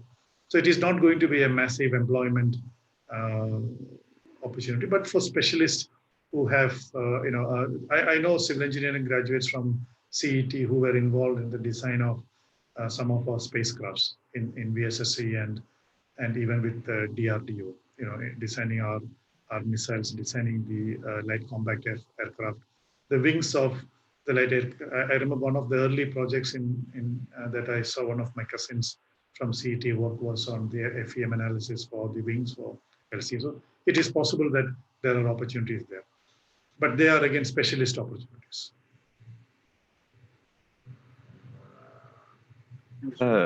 Keeping with that digital transformations and all, how would mainly we'll be focusing on structural engineering when we talk about the digital softwares and all. BIM modeling and everything is related with structural engineering itself. For other branches like environmental and transportation, what are the fields that they can go into regarding the digital team? Okay, so I want to, if I have created an impression that digital is for structural engineering, I have to correct that substantially. It is not about structural engineering. Okay. See, digital, let me give you an example of how digital affects our business. Okay. So suppose you are a developer and you have got 10 projects. Okay. And you have the big model of these 10 projects. Okay. So from this BIM model, you can generate the concrete volume for your 10 projects. Okay. And if you could link it to the schedule of these 10 projects across the timeline of these 10 different projects, you can now project the concrete quantity that you're going to need, which you can project then the amount of the volume of cement that you need. And with that information, if you sit across a cement supplier and negotiate a deal, you're going to get maybe 30% better cost on cement. So this is not about structural engineering. This is about how you use digital information to create better results. So I give you one very commercial information. The other information is that suppose you put sensors on vehicles, okay? And if you could accumulate that data and provide it to end users. For instance, I want to travel from point A to point B. And if I'm able to do that, if a program is going, or an app is going to do it for me, can plan when I need to leave my home, where do I need to get down, give me an alarm for that. I get down there, take the next bus that comes. See, the backbone of this is digital transportation information. It is provided by the Department of Transport in all major cities. This is the basis of a smart city. So this is again one example of how digital. Now comes to environment. Okay. See, when we are doing the high-speed rail in India, okay, the entire environmental social impact of that is now captured in a GIS model. So if a decision-making sitting in Delhi or in the Japanese aid agency in Tokyo want to click on the GIS model to find out the details of a particular building in a particular village between Bombay and Ahmedabad, that information is available to them. Okay, they want to overlay this GIS model on top of a spatial BIM model and generate population intensities in graphical format. They can do that. Based on that, they can take decisions. So it is not about structural engineering. This is where I'm telling you that digital technology is going to change the way that civil engineering is going to operate. Do I make sense? Yes, sir, of course. We haven't thought in that way, actually. That's right. Precisely. This is where I want, when you are making your first step into your career, I want to tell you that this is the world you are going to step into.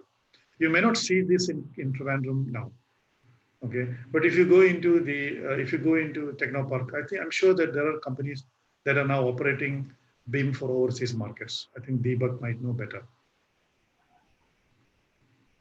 Thank you, sir. Next, somebody is talking about augmented reality. How augmented reality has changed the civil engineering sector? Okay, I wouldn't say that it has changed, but it is again up to people like you how you want to use it to change the industry. Okay, but let me give you some examples.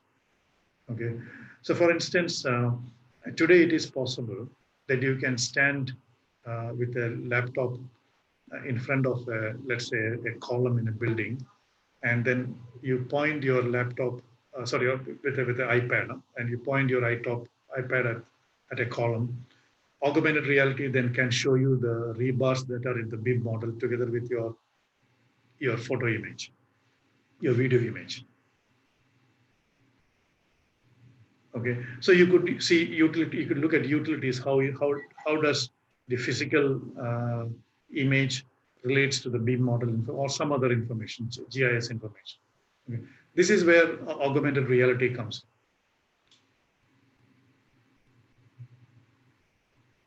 Thank you, sir. Thank you, sir. Sir, a bit more recent time issue. What do you think post-COVID development and possible changes in this industry would be? So definitely post-COVID is going to change urban transport patterns. Okay, in cities like Singapore, we are thinking that the spine of the transport network is going to be less loaded, and there is going to be more transport patterns going to happen around the first mile and the last mile. So more transport infrastructure would be required around that space.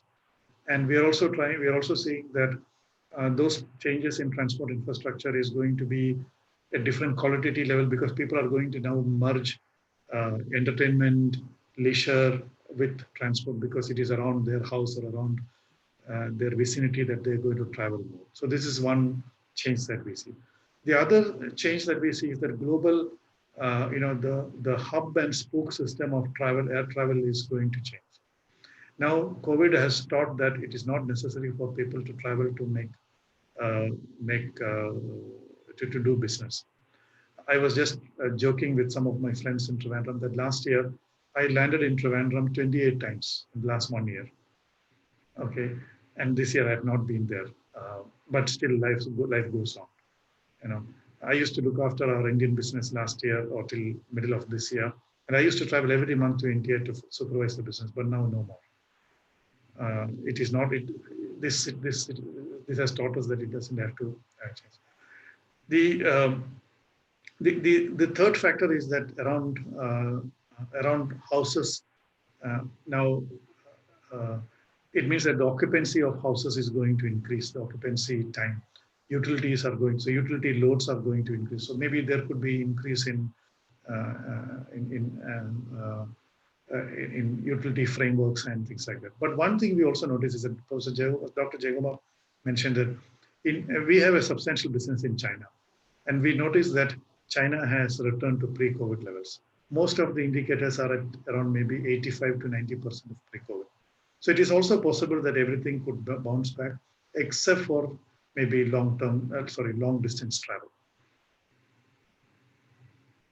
Thank you, sir. A relevant question, I think, has been fired now. Kerala is facing calamities like flood, landslide, etc. frequently in these years, and it may further become worsen in the future. So whether any changes in our construction industry can reduce the impact of such kind of disasters? Okay.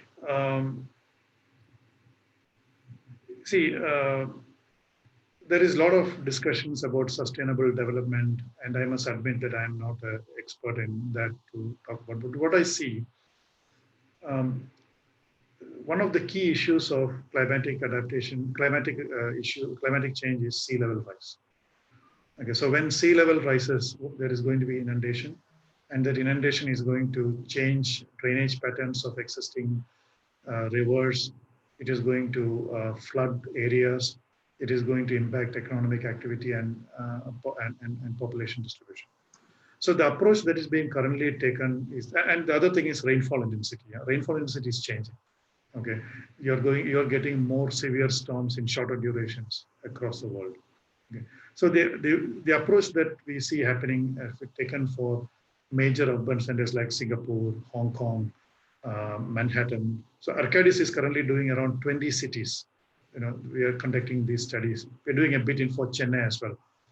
The methodology that we see is that there are large scale hydrodynamic models of the oceans, which maybe Dr. Jayagomar would be the best person to talk about, which could model how wave, tide patterns could change. So you could actually simulate those changes. Then there are rainfall models. Then there are land topographical models. So combining all this, a scenario assessment is done. You see, what would be your highest water rise due to due to global warming. What happens if it combines with the most intense rain that you expect? If you take it over 10 years, 50 years, 100 years horizon, how would things change? Then you could do a cost benefit analysis of, what are the protection you want to put in, how much it will cost, when would the benefit comes, do we need to invest now? So it is a very complex but digitally enabled approach that are leading these developed areas of the world to take decisions on what they need to invest. Netherlands is an area where they have considered this 40 years or 50 years ago because they were naturally below sea level. So they developed groundbreaking technology and processes that helps them with that. Okay. In terms of how construction, what changes construction technology could change, I think it could be mostly around urban planning, especially whether there is enough way for us to discharge, peak rainfall water. For instance, in many cities, what they're doing is that they're creating temporary containment areas. So whether we could create using our natural ponds, pools, or artificial ones, create temporary retentions that could be.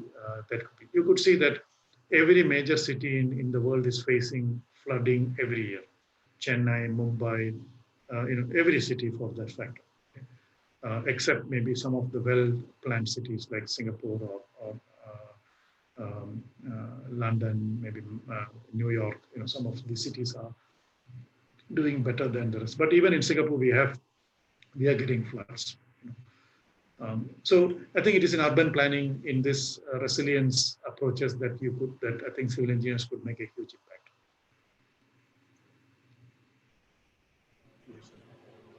Regarding after BTech, there is a common question that everyone asks: what to do after BTech? Whether you should join a MTech, MBA, or should we try for a job? Has been asked quite by 2 or 3 persons at least. Okay, I think there is no right or wrong answer for it. Let me share my thoughts. I think if you are going into an industry where the general skills are of demand, I think you may not need an MTech. But if you're looking into a specialization, you will need an MTech. Generally in India, when clients call for contracts, I have not seen them ask for, the candidate should have an MTech. But when we pitch to clients, we tell them that 60% of our workforce is MTech. So there is a value. Okay. I find that in areas of engineering designs where there is technical speciality required, there is a preference for MTech. Okay, MBA, I can only tell you my personal story. I took my MBA when I was 40 years old.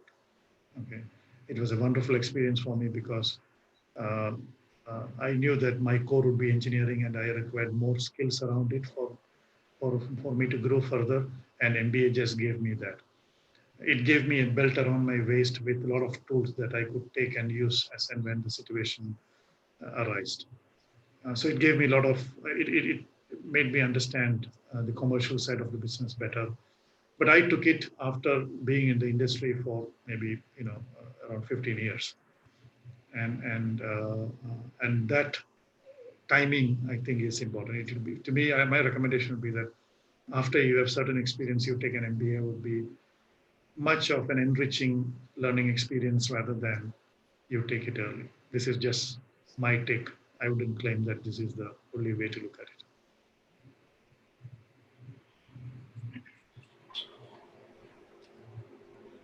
I think we only had 10 minutes of Q&A sessions and we are already going.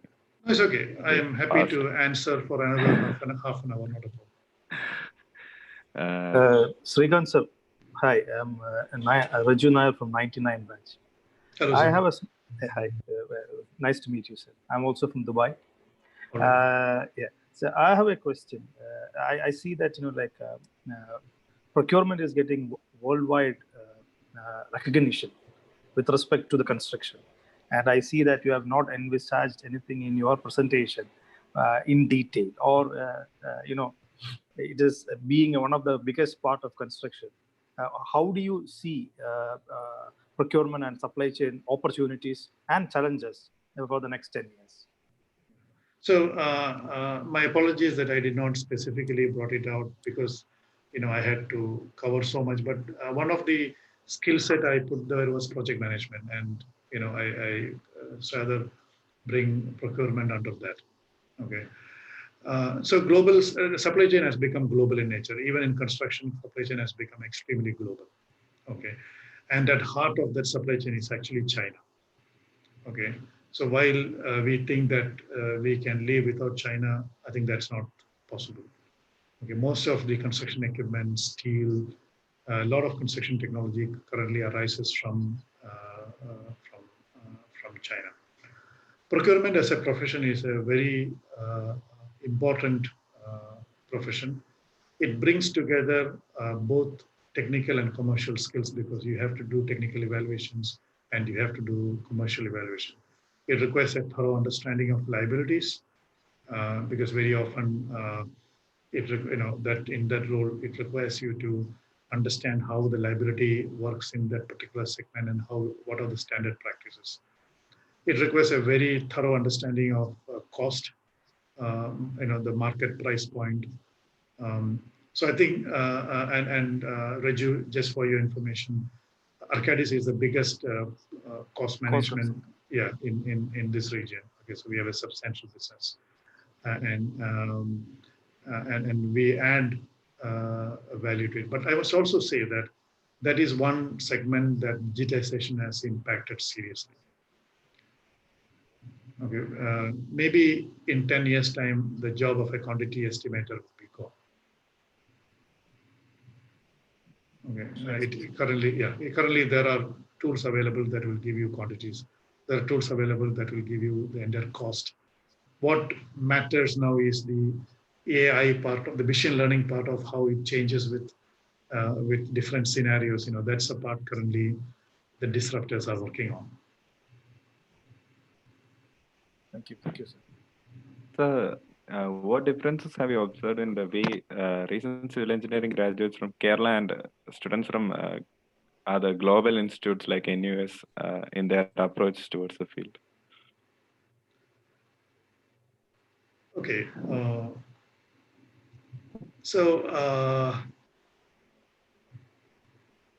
I'm thinking a bit hard because I may not know you all very well. I don't know if using my example would be good. When I came out of my college, I came out with a can-do attitude. And when I came to Singapore, I found that that was my competitive advantage. Okay. But maybe if I could take some general terms. Generally, when we grow up in places like India, our risk appetite is high. And when we grow up in places like Singapore, the risk appetite is low. So it is possible that graduates from India are more risk-taking. So they produce more results. They would do things in a more risky and result-oriented manner. So that's the positive side of it. Maybe the negative side of it is that in Singapore there is a very established system of civil engineering. If you look at the world's #1 university in civil engineering, it's actually NUS, National University of Singapore. Okay, and that is the reason why Singapore is creating world-class infrastructure. So there is a very systematic way of doing engineering, and we find very highly competent engineers now here in the last 20, 30 years. We find a lot of millionaire engineers, which you would never find in India. Okay, you have plenty of millionaire engineers in Singapore because engineering is a profession that is supported by the Professional Engineers Act, and it is a chartered profession. Okay, so students in Singapore get trained in a more professional, structured approach. But I don't think NUS alumni, NUS teachers, professors would call the entire alumni of NUS and arrange a talk like this. So we still have the can-do attitude of our teachers, that needs to be commented.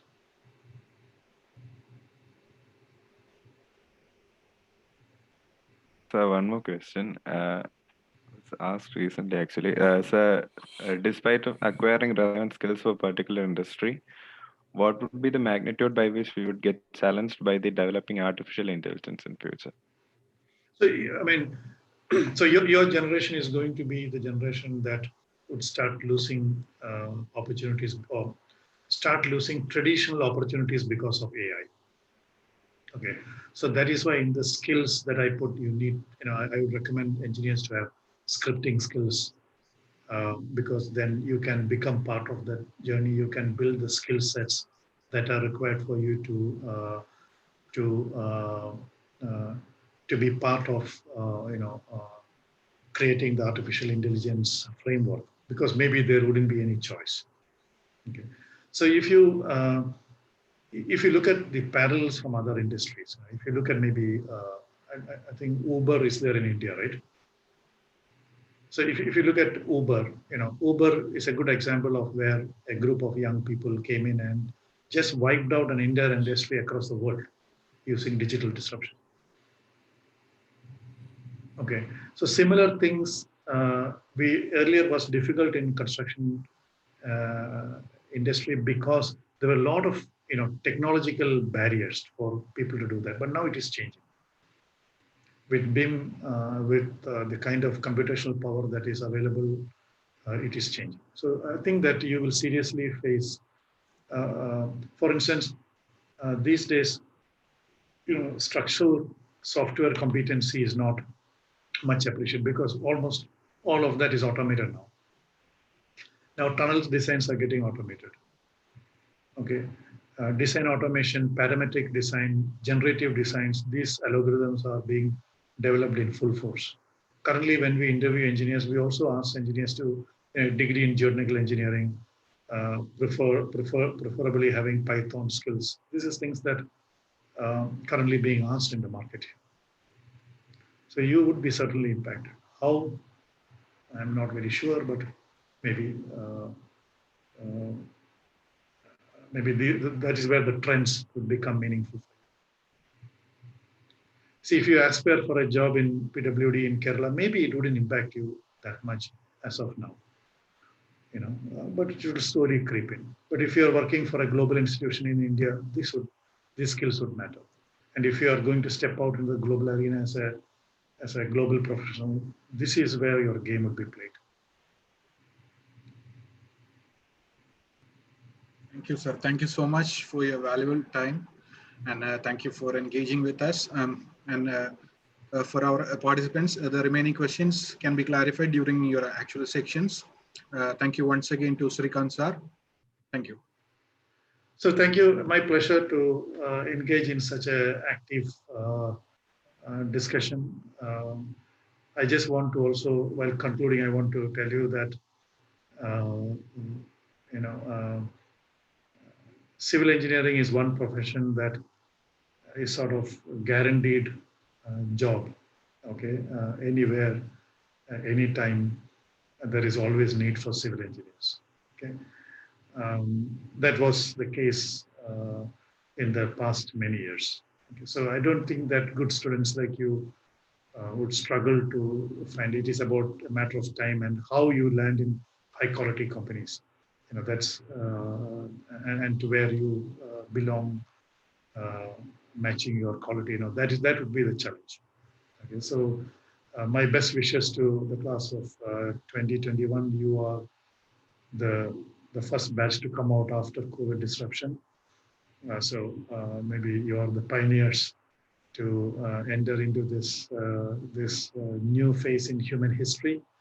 And I wish you all the best. And I hope that this short discussion that we had would be useful for you for your entire career journey. Thank you. Thank you so much, sir, for sharing so much valuable information and giving us an insight into the future of Kerala, India, and worldwide, and also for answering all our queries. Thank you so much. A Google form has been put down in the chat box, and I request you all to fill it and send in your valuable feedback.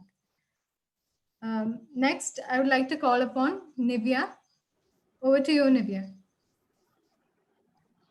Good evening, all. I'm here to introduce Mr. Deepak Benny, an alumnus of CET Civil Engineering Batch 2007. He is currently the managing consultant of Tyrannus Consulting Thiruvananthapuram, involved with planning and design of highways and bridges, buildings, and maritime projects. Now,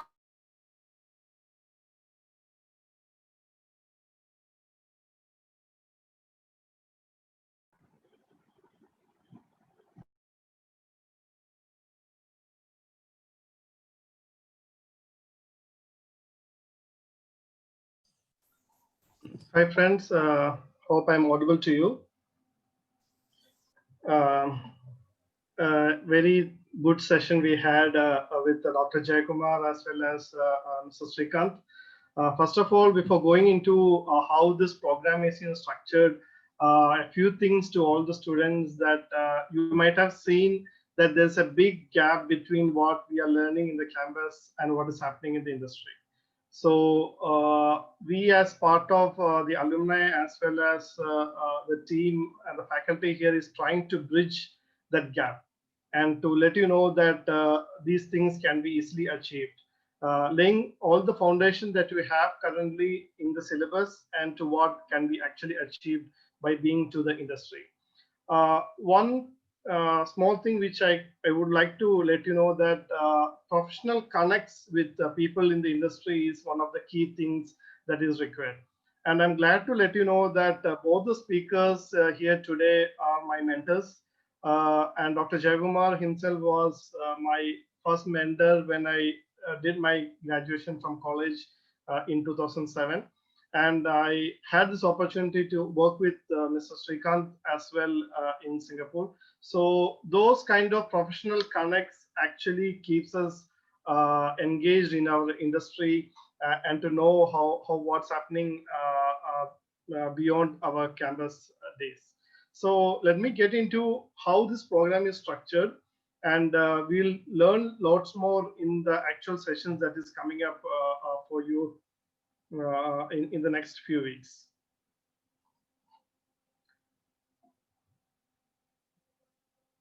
Okay, the program overview is structured generally in two parts. You'll be introduced under few theme sessions under buildings, infrastructure and transportation, hydraulics, as well as coastal and maritime. In depth, we'll be covering general aspects about what are the key best practices in the industry in terms of planning and design, how the construction is been done, a bit of operations and maintenance about how these infrastructures are currently being engaged, and the key players globally as well as in India on where we can actually look into for an opportunity. There will be a plethora of general sessions as well as being planned for the session. Next week we'll be having a session. The Friday we'll be having a session as well as next week a session. I'll come to that. And generally you'll be covering aspects such as planning into projects, how public works are conducted in India, a bit of quality surveying and estimation, how contracts are managed, how cost controls are done, introduction to new technologies like VDC, what Srikanth had mentioned, application of ICT, and generally we'll be taking a session on soft skills for engineers as well. So most of these sessions are planned with people who are actually working in the industry, consultants who are in large companies, and we'll be covering the best practices and approaches done for these kind of projects. Some demo sessions are also planned, and along with site visits within Kerala. Moving forward, the next session is on Friday, this coming Friday on 18th December at 6 p.m. This is also open for all registered participants of BTech and MTech students. Following that, we'll be actually commencing our first batch of CEFP program. The first batch will be for BTech S7 students. There will be subsequent batches as well. The first batch is planned to commence on next Tuesday, on 22nd December at 6 p.m. The participants for the first batch also will be announced during the course of this week. And please remind that the participation for the next week session is also mandatory to enable you the seat in the first batch. Please let our friends know who have missed out today's session that the participation is mandatory and other batches will be announced later. So that is the general structure of the program. And we'll be communicating with you in the coming week on how the arrangements are being made. Thank you, and wishing you all the best once again for the program, and looking for a successful event to come up. Over to you, host, for taking up the next part of the session. Thank you so much, sir, for briefing us on the future activities of the finishing program. Next is a vote of thanks. Since Gayatri is having certain technical issues, I'll be taking over. It's an honor for me to deliver this vote of thanks on this memorable occasion on behalf of CETA and College of Engineering, Trivandrum. I would like to express my sincere gratitude to Dr. Jayakumar, guest of honor, for sparing time from his busy schedule to grace the occasion. I would like to extend my heartfelt gratitude to Mr. Srikanth, APV, for his wonderful session, which provided us with an insight into the various career options, which would be extremely useful to us, sir. I also convey my heartfelt thanks to Dr. Gigi CV, Principal of College of Engineering, Trivandrum, for his presence and constant support. We are extremely grateful to Jayashree Ma'am, Secretary of CETA, and our prominent alumni for their persistent efforts in making this event a grand success. I would also like to thank Dr. Mini Soman, HOD of the Civil Engineering Department, all our staff advisors and faculty for their continuous support and guidance. I would like to acknowledge the efforts made by Mr. Abhilash Daniel George, faculty of MBA, for making the troll video, 7th semester students Vaishak and Manushankar for the promo video, and 5th semester students Afsal Naseeb and Ashwin for the logo, poster, and logo video respectively. Finally, I would like to thank all my fellow volunteers and all my friends who attended the meeting with utmost interest. Thank you. So now we have come to the end of the inaugural session, and thank you all for joining us, and hoping to see you all on the 18th December, 6 p.m. IST. So we're winding up, and you may all leave now. Thank you, and good night, everyone. Thank you, sir. Thank you. Thank you, everybody.